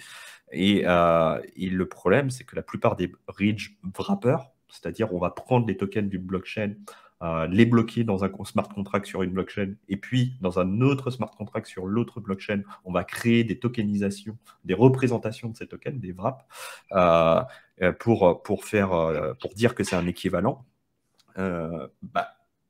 Les opérateurs de ces bridges-là, de ces smart contracts, ils ont un pouvoir qui parfois contrôle des milliards. Ouais. Moi, j'ai une question intéressée, Marc, si jamais elle est purement intéressée et personnelle, j'en suis navré. Mais dans les bridges, je jouais souvent avec Synapse. Et donc, qu'en tant d'utilisateur, j'aimais bien, mais j'ai pas fait d'audit technique. Ou est-ce qu'il est passé dans ton giron ou pas, celui-ci? Ou pas du tout? Pas encore. Je dois travailler avec eux, mais pas encore. Ils font pas partie de la première cohorte de Portal. Portal, ça commence avec Dbridge et Connext. Donc là, on implémente là-dessus, c'est Portal V0, et après, on fera une autre cohorte. Donc, je parle déjà avec d'autres équipes, mais il y a beaucoup de boulot là-dessus. Mais le cas échéant, je serais très intéressé par ton avis sur celui-ci, parce que je suis bien emmerdé, je ne sais pas à quoi en penser. Mais en tout cas, en termes d'usage, il était agréable. Mais je ne connais pas justement les trust assumptions, comme tu dis. Il y avait une question sur Elrond en tant que layer 1. Moi, j'aime bien leur algorithme de consensus proof of marketing. Non, c'est de la merde. Donc, c'est absolument pas un prétendant pour être un layer 1, pour être très clair. Oui, il y avait juste quelqu'un qui disait en même temps, il faut 32 ETH quand je parlais de full node. Alors non. Il y a souvent l'amalgame, la confusion. 32 ETH, c'est pour avoir un value. Ouais. Oui, désolé, c'était gratos, un petit tag. Voilà. Surtout que Elrond, c'est juste Solana, mais sans FTX derrière, quoi. Ouais, Solana, c'est pareil. Hein, je sais ce que je pense de Solana. Il a pris le bait. Ouais. Et pour les 32 ETH, attention à la confusion entre validateur et full node. Un full node, ça veut juste dire que vous lancez un nœud, vous avez besoin de 0 ETH. Vous lancez un nœud et en fait, vous vérifiez ce qui se passe. Vous ne faites pas confiance aux mineurs, ni aux validateurs qui nous créent des blocs. Vous exécutez les transactions et vous avez besoin de faire. C'est plus pour de la souveraineté, en fait. Et ça, c'est important. En fait, il ne faut pas se dire. Le problème, c'est ça. C'est que quand il n'y a pas d'incentive économique à lancer quelque chose, les gens ne le font pas. Sauf qu'ils ne valuent pas la souveraineté, en fait. Et c'est ça qui est un peu dommage. Parce qu'en fait, lancer un full node, ça ne vous coûte rien. Pas le coût de lancer la machine, mais et vous n'avez pas besoin d'ETH, mais ça vous donne plus de souveraineté, moins de dépendance aux acteurs centralisés, vous pouvez moins vous faire censurer, etc. Donc ça, c'est important de le dire. Et aussi sur la question de, parce que là, je le vois venir, sur la partie validateur, oui, mais il faut au minimum 32 en TH, etc. C'est beaucoup trop. Le problème, c'est qu'il faut savoir quand même que c'est pas un nombre arbitraire. Il y a des raisons. Et qu'en fait, si on baisse trop bas ce seuil, justement, ça sera plus dur de pouvoir lancer un full node parce qu'en fait, il y aura une surcharge très forte sur le réseau et le consensus, il va mettre beaucoup plus de temps pour arriver à la finalité des transactions. Donc, en fait, c'est un compromis. Comme toujours, c'est un compromis. Si on baisse le seuil trop bas, il y aura trop de validateurs et donc la finalité des blocs. Après, vous allez vous plaindre que les transactions mettent beaucoup plus de temps à être finalisées. Donc, c'est toujours une histoire de compromis dans la blockchain et dans l'informatique en général. Donc, voilà. Les chiffres ne sont pas choisis au hasard. Moi, j'ai une autre question qui n'a rien à voir, qui rebondit sur le début du débat où on a commencé par des prérogatives de vie privée. On a continué avec cette question de la monnaie. Entre autres, il y en a eu d'autres. Est-ce qu'il y a des stablecoins qui sont respectueux de la vie privée actuellement avec une market shares respectable ou pas? ZK Money, mais Moi, ça m'intéresserait beaucoup. En fait, Ethereum est horrible pour la vie privée. Ça, c'est vraiment quelque chose que je regrette depuis longtemps. C'est-à-dire que les choix qui ont été faits techniques sur l'architecture d'Ethereum, ce système d'account, etc., font que c'est un cauchemar pour la vie privée. Il existe des solutions comme Tornado Cash, etc., mais personne ne les utilise. Elles coûtent cher à utiliser. Pour que les utiliser efficacement, il faut être prêt à laisser ses fonds pendant 2 mois, 3 mois, 6 mois dedans pour avoir un anonymity set qui est à peu près intéressant. Et du coup, les tokens sur Ethereum souffrent de ces choix de design qui font que c'est simplement horrible sur 99% des stablecoins, c'est-à-dire ceux qui sont sur Ethereum. Après, il y a ceux sur Tron, mais bon, on parlera d'autres choses. Et il existe dans l'écosystème Cosmos des initiatives. Moi, j'ai rencontré l'équipe de Secret Network, notamment à Lisbonne. Une équipe hyper intéressante.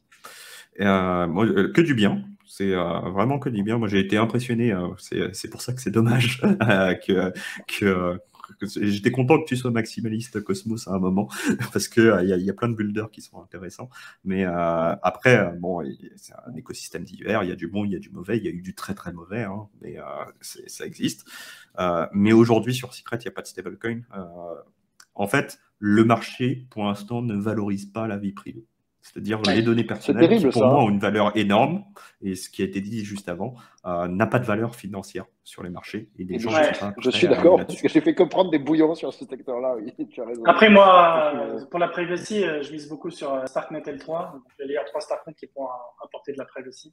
Donc, ça, c'est quelque chose à suivre aussi. Ouais. Après, il y a Aztec qui travaille depuis 1000 ans sur des choses.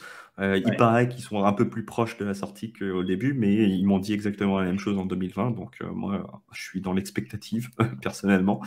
Les IK, ça peut aider là-dessus. Le Zero Knowledge, c'est un peu fait pour ça aussi. Mais pour l'instant, on en est très, très loin. On n'y est pas encore. Et la demande, elle est de zéro. Aujourd'hui, moi, je suis peut-être le méchant dans l'histoire. Je suis peut-être l'avocat du diable, mais je prends toujours le monde tel qu'il existe pour retirer mes conclusions et pas tel que j'aimerais qu'il soit. Je ne suis pas un mec dans l'idéologie, je ne suis pas un philosophe du café de Flore. Je suis malheureusement un pragmatique. Et pour l'instant, la demande, elle n'existe pas. Et du coup, une offre sans demande dans un marché, ça ne marche pas bien. Ouais, après, donc justement, j'ai lu sur ça, hein, donc je suis d'accord avec toi, hein, parce que de toute façon, moi, ça fait longtemps, je suis hanté par cette problématique, mais tant qu'on n'y est pas confronté, et donc voilà, hein, c'était un article qui disait que en fait, comment dire, la vie privée, elle y arrive non pas parce que les gens y viennent, mais parce que les opérateurs la mettent en place. Hein. Et donc les exemples, c'était qui a fait plus pour la vie privée que des utilisateurs, mais c'est quand WhatsApp est passé en encryption end-to-end, tu vois. Et là, de facto, ils ont converti des milliards d'utilisateurs. Et en fait, en réalité, c'est pas tellement les gens qui vont avoir la vie privée, parce que comme tu dis, ils s'en foutent. C'est certains acteurs acteurs, tu vois, qui sont très sensibles de cette thématique-là, qui font évoluer leur techno et qui, du coup, la rendent disponible par défaut à des milliards d'utilisateurs. Donc, en fait, la question, c'est quelles seraient les prochaines innovations dans ce secteur-là. Donc, tu vois, toi, Abdel, t'as dit Starkware L3, mais bon, j'ai pas l'impression qu'on y est encore. Est-ce qu'il y a des évolutions de Ethereum, tu vois, qui vont dans ce sens? Je sais pas. C'est Le peut-être layer comme ça 1, qu'elle arrivera. Il y le aura zéro layer 1, chance, c'est non, c'est layer. non, Ouais. ouais. Sur le layer Donc, 1, ok. c'est Et cuit. Non, ça, non, au niveau du L1, c'est mort. Ouais, c'est mort. donc, ce sera peut-être avec Yes. l'adoption de L2, quoi. Ouais. Il y a une question sur DYDX, Vas-y. DYDX sur Cosmos Bullish. Et il y a quelqu'un qui dit DYDX c'est une vitrine de ce qu'il pouvait faire. Ils ont trop les boules qu'ils ont sur Cosmos. Alors, très concrètement, DYDX, c'est purement une raison de régulation. Donc voilà, donc c'est pas du tout pour des choix techniques, etc. Moi, je pense sincèrement qu'ils y perdent énormément parce que en termes de sécurité et de décentralisation, il n'y a pas photo, d'autant plus avec la distribution de leurs jetons, avec 50% d'insider. Donc autant dire que laisse tomber en termes de sécurité, de décentralisation et de résistance à la censure. Donc non, faut pas tout mélanger. Là, par exemple, le move de DYDX, c'est pour des raisons de régulation. Donc voilà, juste, je tenais à préciser ça. Eh bien, Je moi, pense ça que m'intéresse, c'est un move qui est absolument suicidaire d'un point de vue commercial. Parce qu'aujourd'hui, le volume qui existe aujourd'hui, il ne faut pas se le cacher, plus de 90% du volume, c'est moins d'1% des utilisateurs. On est quand même dans un système de whale, encore aujourd'hui, que ce soit dans la CeFi, que ce soit dans la DeFi, il y a une petite poignée d'acteurs qui font la majeure partie de la liquidité et du volume. Aujourd'hui, ces acteurs-là, ce n'est pas des cosmos maximalistes. Quand il y a eu d'autres acteurs dans le passé qui ont essayé de tourner leur dos à Ethereum, ça s'est très mal passé pour eux. Ouais, et je pense que DYDX, s'ils n'avaient pas le choix, ils n'avaient pas le choix, mais ils ont fait un énorme cadeau à JMX, qui est un acteur que j'apprécie énormément. Sur Arbitrum, qui est un vrai layer 2. Aujourd'hui, je pense que les gros acteurs qui étaient sur DYDX, ils ne vont pas du tout suivre DYDX sur Cosmos, ils vont se rabattre sur JMX. Tu connais des gens de JMX? Oui, il y a des Français dans le lot. Ils sont tu pourrais m'introduire? On fera ça après. Tu pourrais m'introduire, j'aimerais bien les Starkpills. Oui, bien sûr, pas tout de suite. Il y a quelqu'un qui dit Interchain Security, Abdel. Alors, c'est bien beau de dire ça. Peut-être, Samy, tu veux dire deux mots parce que tu en avais parlé la dernière fois. Sur l'Interchain Security. Moi, ce que je pense, je peux me tromper, mais quand tu hérites de la sécurité en fait, d'Ethereum, tu hérites aussi de sa sécurité économique et donc le coût qu'il faut employer pour attaquer économiquement Ethereum main layer, c'est beaucoup d'argent. Il suffit de regarder la capitalisation, il faut emprunter beaucoup de jetons, il faut avoir beaucoup de jetons. Alors que sur Cosmos, si tu as ta propre chaîne souveraine, allez à tout péter, c'est 1 milliard de market cap. Et si tu utilises une feature comme Interchain Sécurité qui n'est pas encore disponible, dans le meilleur des cas, tu hérites de la sécurité du Cosmos Hub, qui est un réseau de validateurs qui est 2 milliards. On est qu'à 2 milliards. Donc, OK, c'est irréprochable techniquement. Tendermint, ça fait 6 ans que ça tourne très bien, il n'y a pas de souci. Donc là, il y a une sécurité sur le plan technique pour l'instant. Quoique non, il y a des blockchains Cosmos qui tombent, Juno, ou de ça. Il y en a pas mal qui ont eu quelques soucis, mais ça, c'est plutôt lié à l'ajout de Cosmos par-dessus ou d'autres modules qui fuck un peu le système. Mais en gros, tu n'es plus sur le même niveau de sécurité. C'est-à-dire que pour attaquer Ethereum versus attaquer une blockchain souveraine construite avec Cosmos ZK ou une blockchain qui utilise Cosmos Hub, c'est nul. Après, on peut dire que l'architecture des roll-up, elle est centralisée ou autre. Oui, mais la preuve que tu génères, elle est vérifiée on-chain. Donc, normalement, ça ne devrait pas trop poser de soucis, mais c'est pas moi l'expert, c'est vous. Exactement. Ouais, non, mais c'est très bien ce que tu dis. Donc, en fait, pour commencer à pouvoir comparer, il faudrait, comme dit Samy, arriver à commencer à rivaliser en market cap. Donc, déjà, on a un ratio de x50 entre le market cap de Atom et Ethereum. Donc, autant dire qu'on est loin de commencer à pouvoir comparer. Quand bien même Atom aurait le même market cap que Ethereum, je pense que malgré tout, on ne pourrait toujours pas comparer. Pourquoi ? Parce que DPoS, DPoS, c'est son pouvoir centralisateur, répartition des validateurs 7, faible nombre de validateurs 7, donc plus de surface d'attaque pour faire des attaques déni de service, ce genre de choses. Donc non, les gars, c'est clair, on ne peut pas du tout comparer l'Interchain Security avec la sécurité d'Ethereum, mais c'est un niveau de décentralisation. Donc voilà. Moi, j'ai une dernière question. Rendez-vous au Nebular Summit. Ouais. Après, si la question c'était la scalabilité, ils pouvaient réfléchir à un subnet Avalanche, il pouvait réfléchir à travailler avec Polygon sur un supernet, c'est aussi possible sur Arbitrum de faire un layer 3, un roll-up avec son propre token en validateur sur un L2. Sur Optimism aussi. Sur Optimism également. Il y avait plein de solutions en restant dans l'écosystème Ethereum qui étaient disponibles. Et je pense que c'est un très mauvais choix économique. Moi aussi. Tant mieux pour JMX. Très Mais clairement. Ça scale pas une chaîne Cosmos. Non, ça scale pas du tout. T'as que dalle de. Même si tu Ça fais un centralized order book, tu mets 100 pélos qui placent un trade simultanément. Ça y est, tu payes tes transactions à 4 euros. Et tout. Oui, et puis le modèle de fees, il n'est pas scalable sur le blockchain Cosmos. Mais c'est quand même intéressant parce que ce que je veux dire, c'est que des choix, en fait, on va pas dire protocolaires ou techniques, soient impactés par la régulation, c'est quand même intéressant. Et quels sont les protocoles qui, par exemple, sont indifférents à la régulation? Parce que c'est une force, tu vois. Ou, disons, je veux dire, par exemple, moi, je suis curieux. Tu vois, dans quelle mesure vous êtes impacté par le régulateur dans vos choix techniques? Est-ce que vous arrivez à justement à être assez neutre, juste à privilégier la sécurité et, je sais pas moi, le besoin des utilisateurs? C'est compliqué, hein. Je veux dire, si la technique commence, le choix stratégique commence. Moi, j'arrive pas à voir un exemple ou un scénario où la régulation impacterait le protocole AV. C'est-à-dire la compagnie AV, ça c'est très bien. qui est une société basée au Royaume-Uni. Éventuellement, elle peut être régulée, elle peut être emmerdée par des régulateurs, enfin, il peut se passer des choses. Mais aujourd'hui, AV est suffisamment décentralisé pour que la compagnie AV, ce soit qu'un des acteurs autour d'AV. Aujourd'hui, la DAO AV, donc celle qui est liée financièrement au protocole, qui reçoit les fees du protocole, elle finance BGD Labs, qui est un studio indépendant de développeurs qui a bossé sur la V3, qui bosse sur tout un tas de choses par rapport au protocole AV. C'est des anciens corps développeurs de l'AV Company qui ont décidé de devenir indépendants et qui, du coup, ont fait une proposition de gouvernance pour se financer. Et donc, ils ont été financés pour 2022 directement par la DAO. Aujourd'hui, ces personnes n'ont pas de lien du tout avec la AV Company. Ils ont quand même, on travaille ensemble, on discute, etc. Mais c'est des gens qui sont 100% indépendants. Les audits sont payés par la DAO maintenant. Les grants sont payés par la DAO. De plus en plus, et bientôt, un jour, ce sera un signe de maturité. La AV Company sera payée par la DAO également. Et aujourd'hui, il n'y a pas de lien entre la AV Company et le protocole AV. Et il n'y en a jamais eu. La AV Company n'a jamais gagné 1 euro par le protocole AV, puisque sinon on serait pas décentralisé. Et moi, ça me remplit de joie. Et donc, justement, je me demandais, est-ce que vous avez d'autres protocoles en tête qui soient censorship résistants? Parce que ça, c'est quand même une prérogative de résistance. MakerDAO.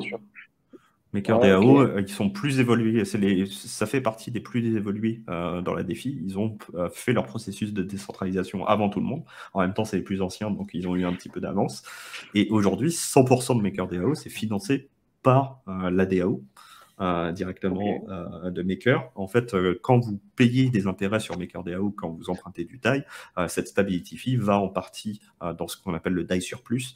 Et ce DAI surplus est utilisé, soit est collecté par la DAO, soit est utilisé pour acheter du Maker et le voler. Et du coup, la partie qui est collectée par le DAO permet de payer ce qu'on appelle les core units chez MakerDAO. Donc, il y a un truc marketing, il y a un truc développement, il y a un truc business développement, etc. Et ils ont bien réussi à décentraliser leur truc. Et même maintenant, il y a de la politique chez MakerDAO. Je ne sais pas si vous avez un peu suivi l'affaire, mais il y a un peu la moitié des token holders. En tout cas, il y avait 30% du supply qui a voté, ce qui est énorme. Qui avait une vision pour recentraliser un petit peu les décisions de la DAO en disant il y a les core units qui font du boulot et normalement le boulot est présenté à la DAO qui vote pour entériner ce boulot ou pas. Et une partie de la communauté voulait sauter l'étape et dire les gars, c'est des experts.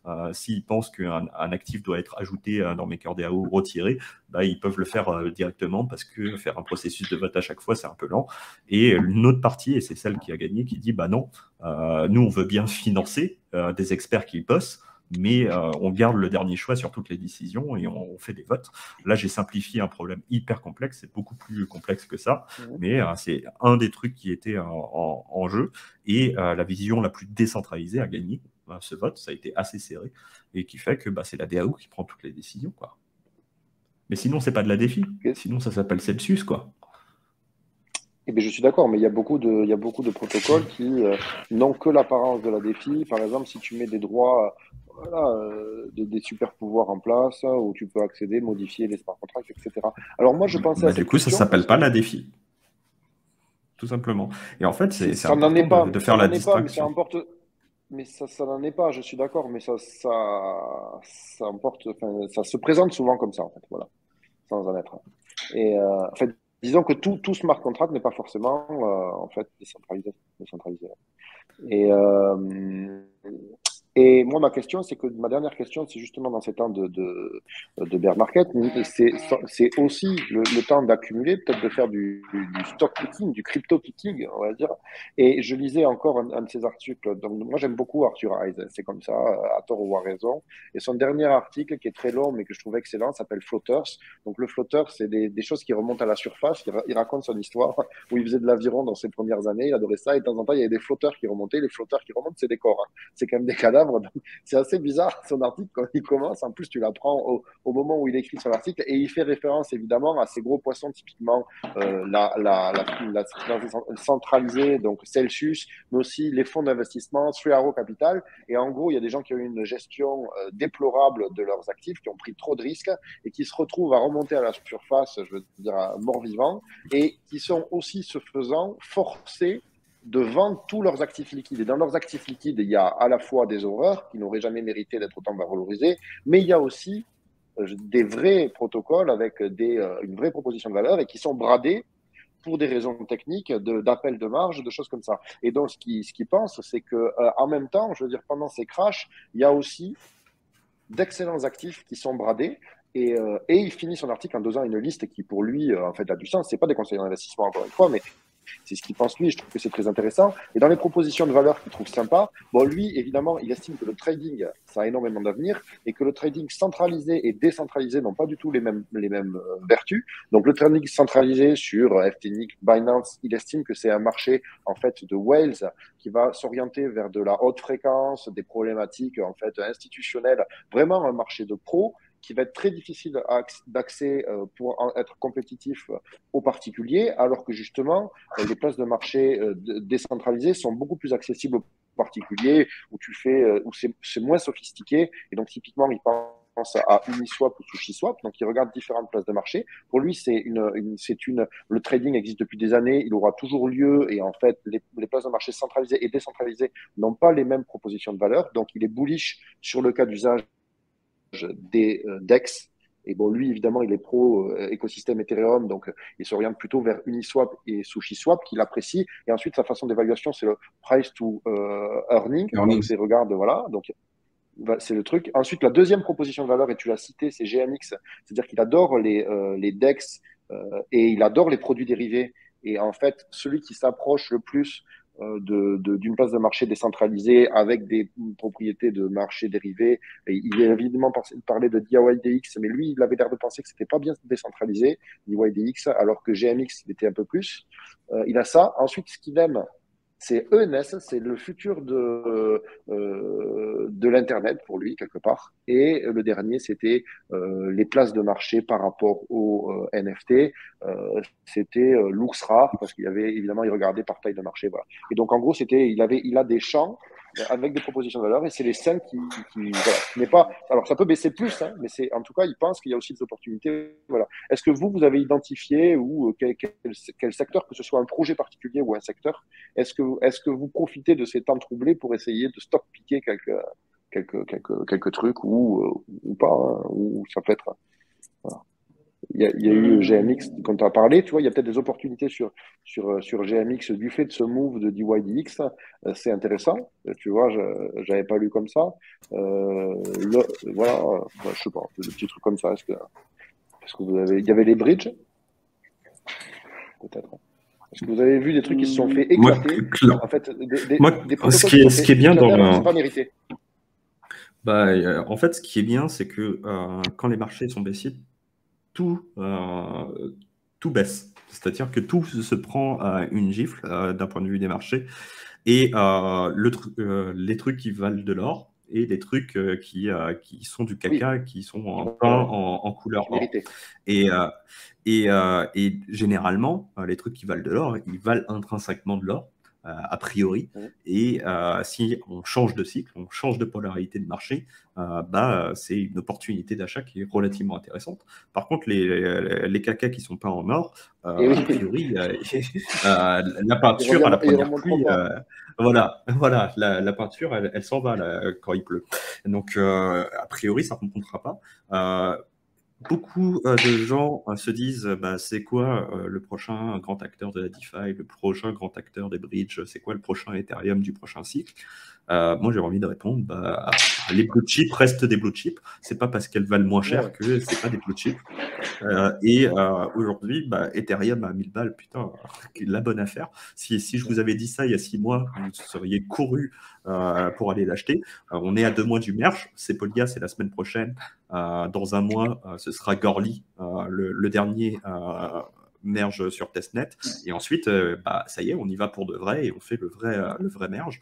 Est-ce que c'est pricing?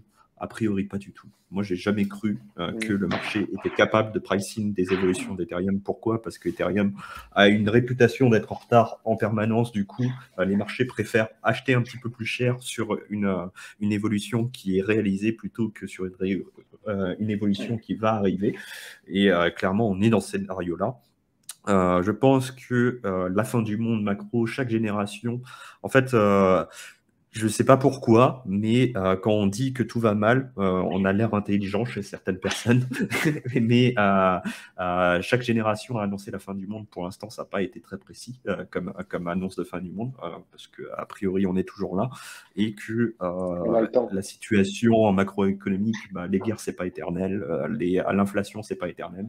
À un moment, il y a nos amis américains qui publieront un chiffre qui sera égal ou inférieur à celui d'avant. Ça redonnera un petit peu d'espoir. Il y a plein de choses qui étaient survalorisées, les fameux stocks Covid avec Netflix qui valait une fortune. Peloton, je ne sais pas si vous vous souvenez de Peloton, c'était un vélo d'appartement avec un iPad dessus, ça valait des milliards à un moment. Voilà, vous vous en souvenez pas, c'était de la merde qui était avec de la peinture dorée. Aujourd'hui, ça s'est écroulé sur les marchés et a priori, ça va pas redémarrer, mais c'est pas grave. Ça existe, c'est comme ça. On fait le tri, on sort les poubelles. Je ne suis pas particulièrement pessimiste. Je pense qu'on a pris beaucoup de douleur sur les 2-3 derniers mois. On a eu un peu un speedrun de bear market, c'est-à-dire que il y a eu beaucoup de baisses très concentrées et une escadrille de mauvaises nouvelles qui volait en même temps. Mais au bout d'un moment, le sentiment sur les cryptos, il est au plus bas aujourd'hui. Quand on regarde le chat, franchement, vous respirez pas l'optimisme, les amis. On vous aime quand même. On sera là on est là dans le pire, on sera là dans le meilleur.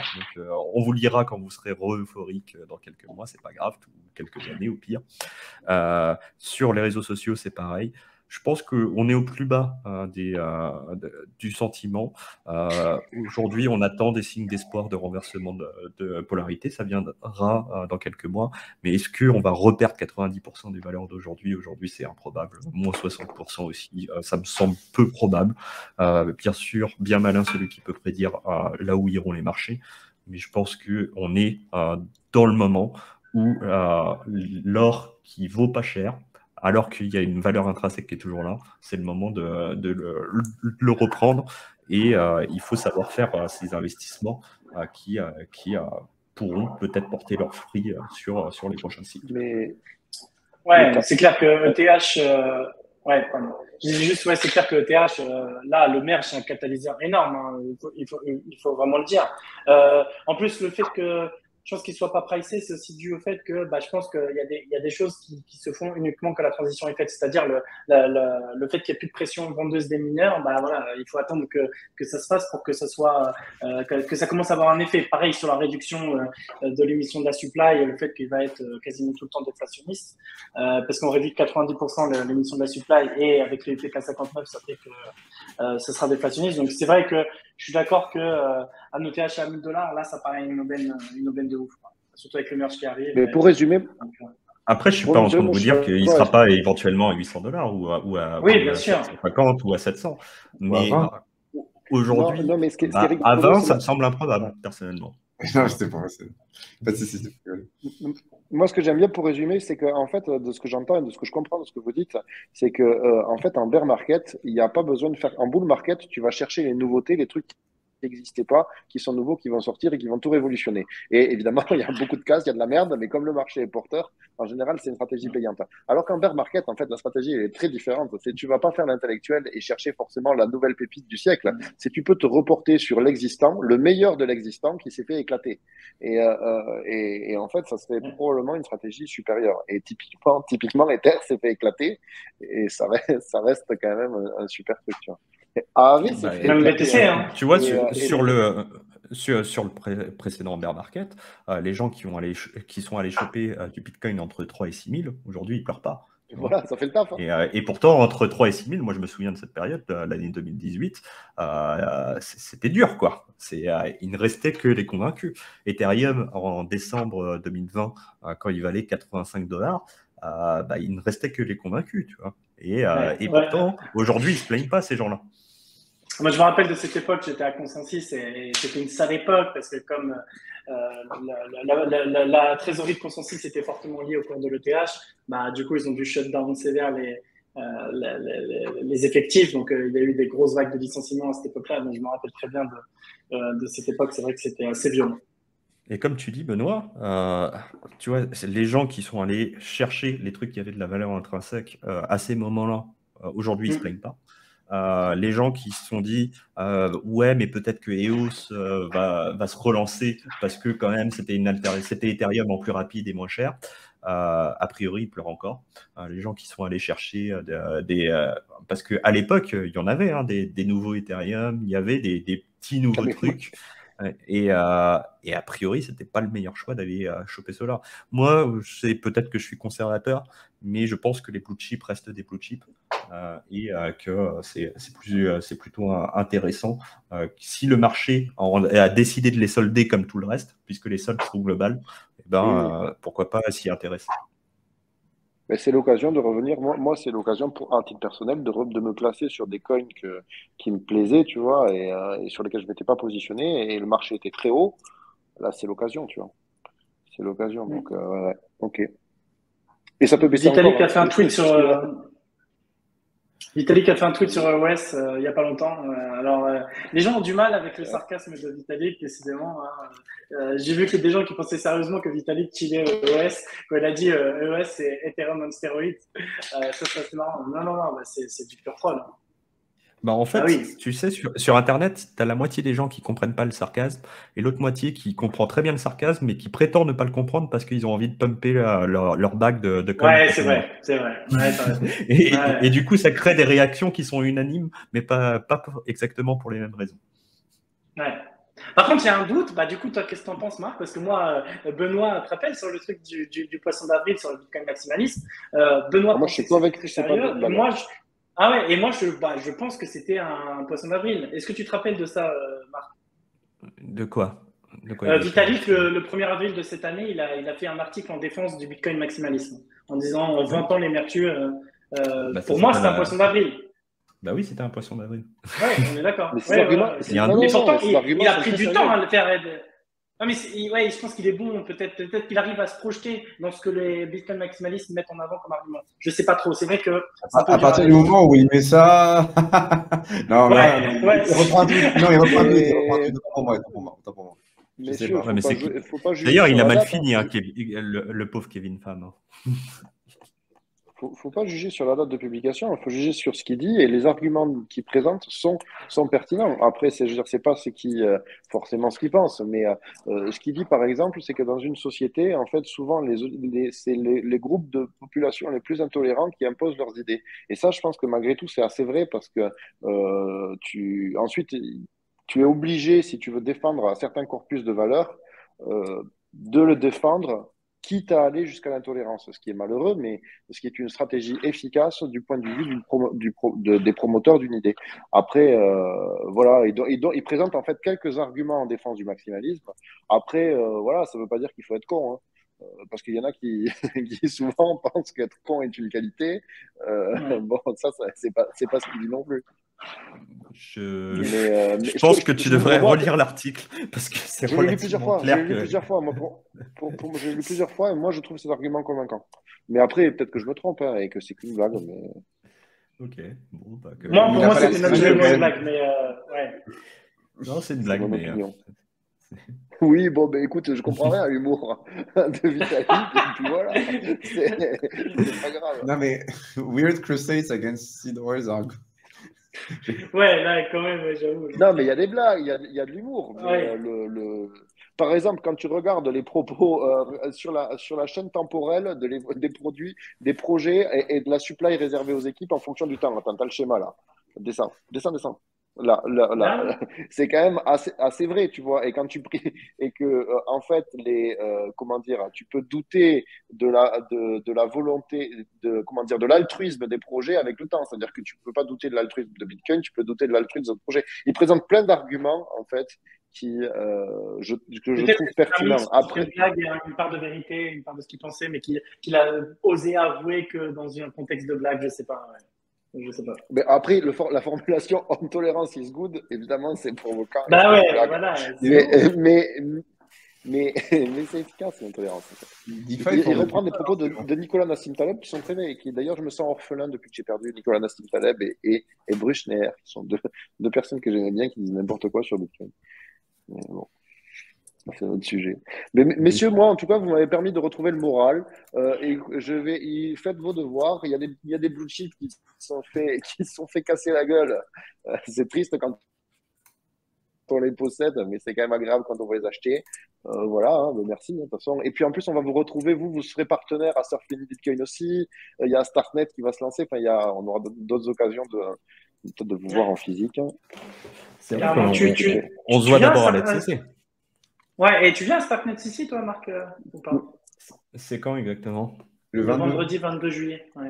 Bah oui, bien sûr. C'est le lendemain de la ravée, ça va être un bonheur. je vais ramper jusqu'à. Ok, bah Sam, tu l'invites? Ouais, je m'occupe de ça. Ok. Oui, avec grand plaisir. Ça sera cool de te voir, ouais carrément. Ok. Ouais,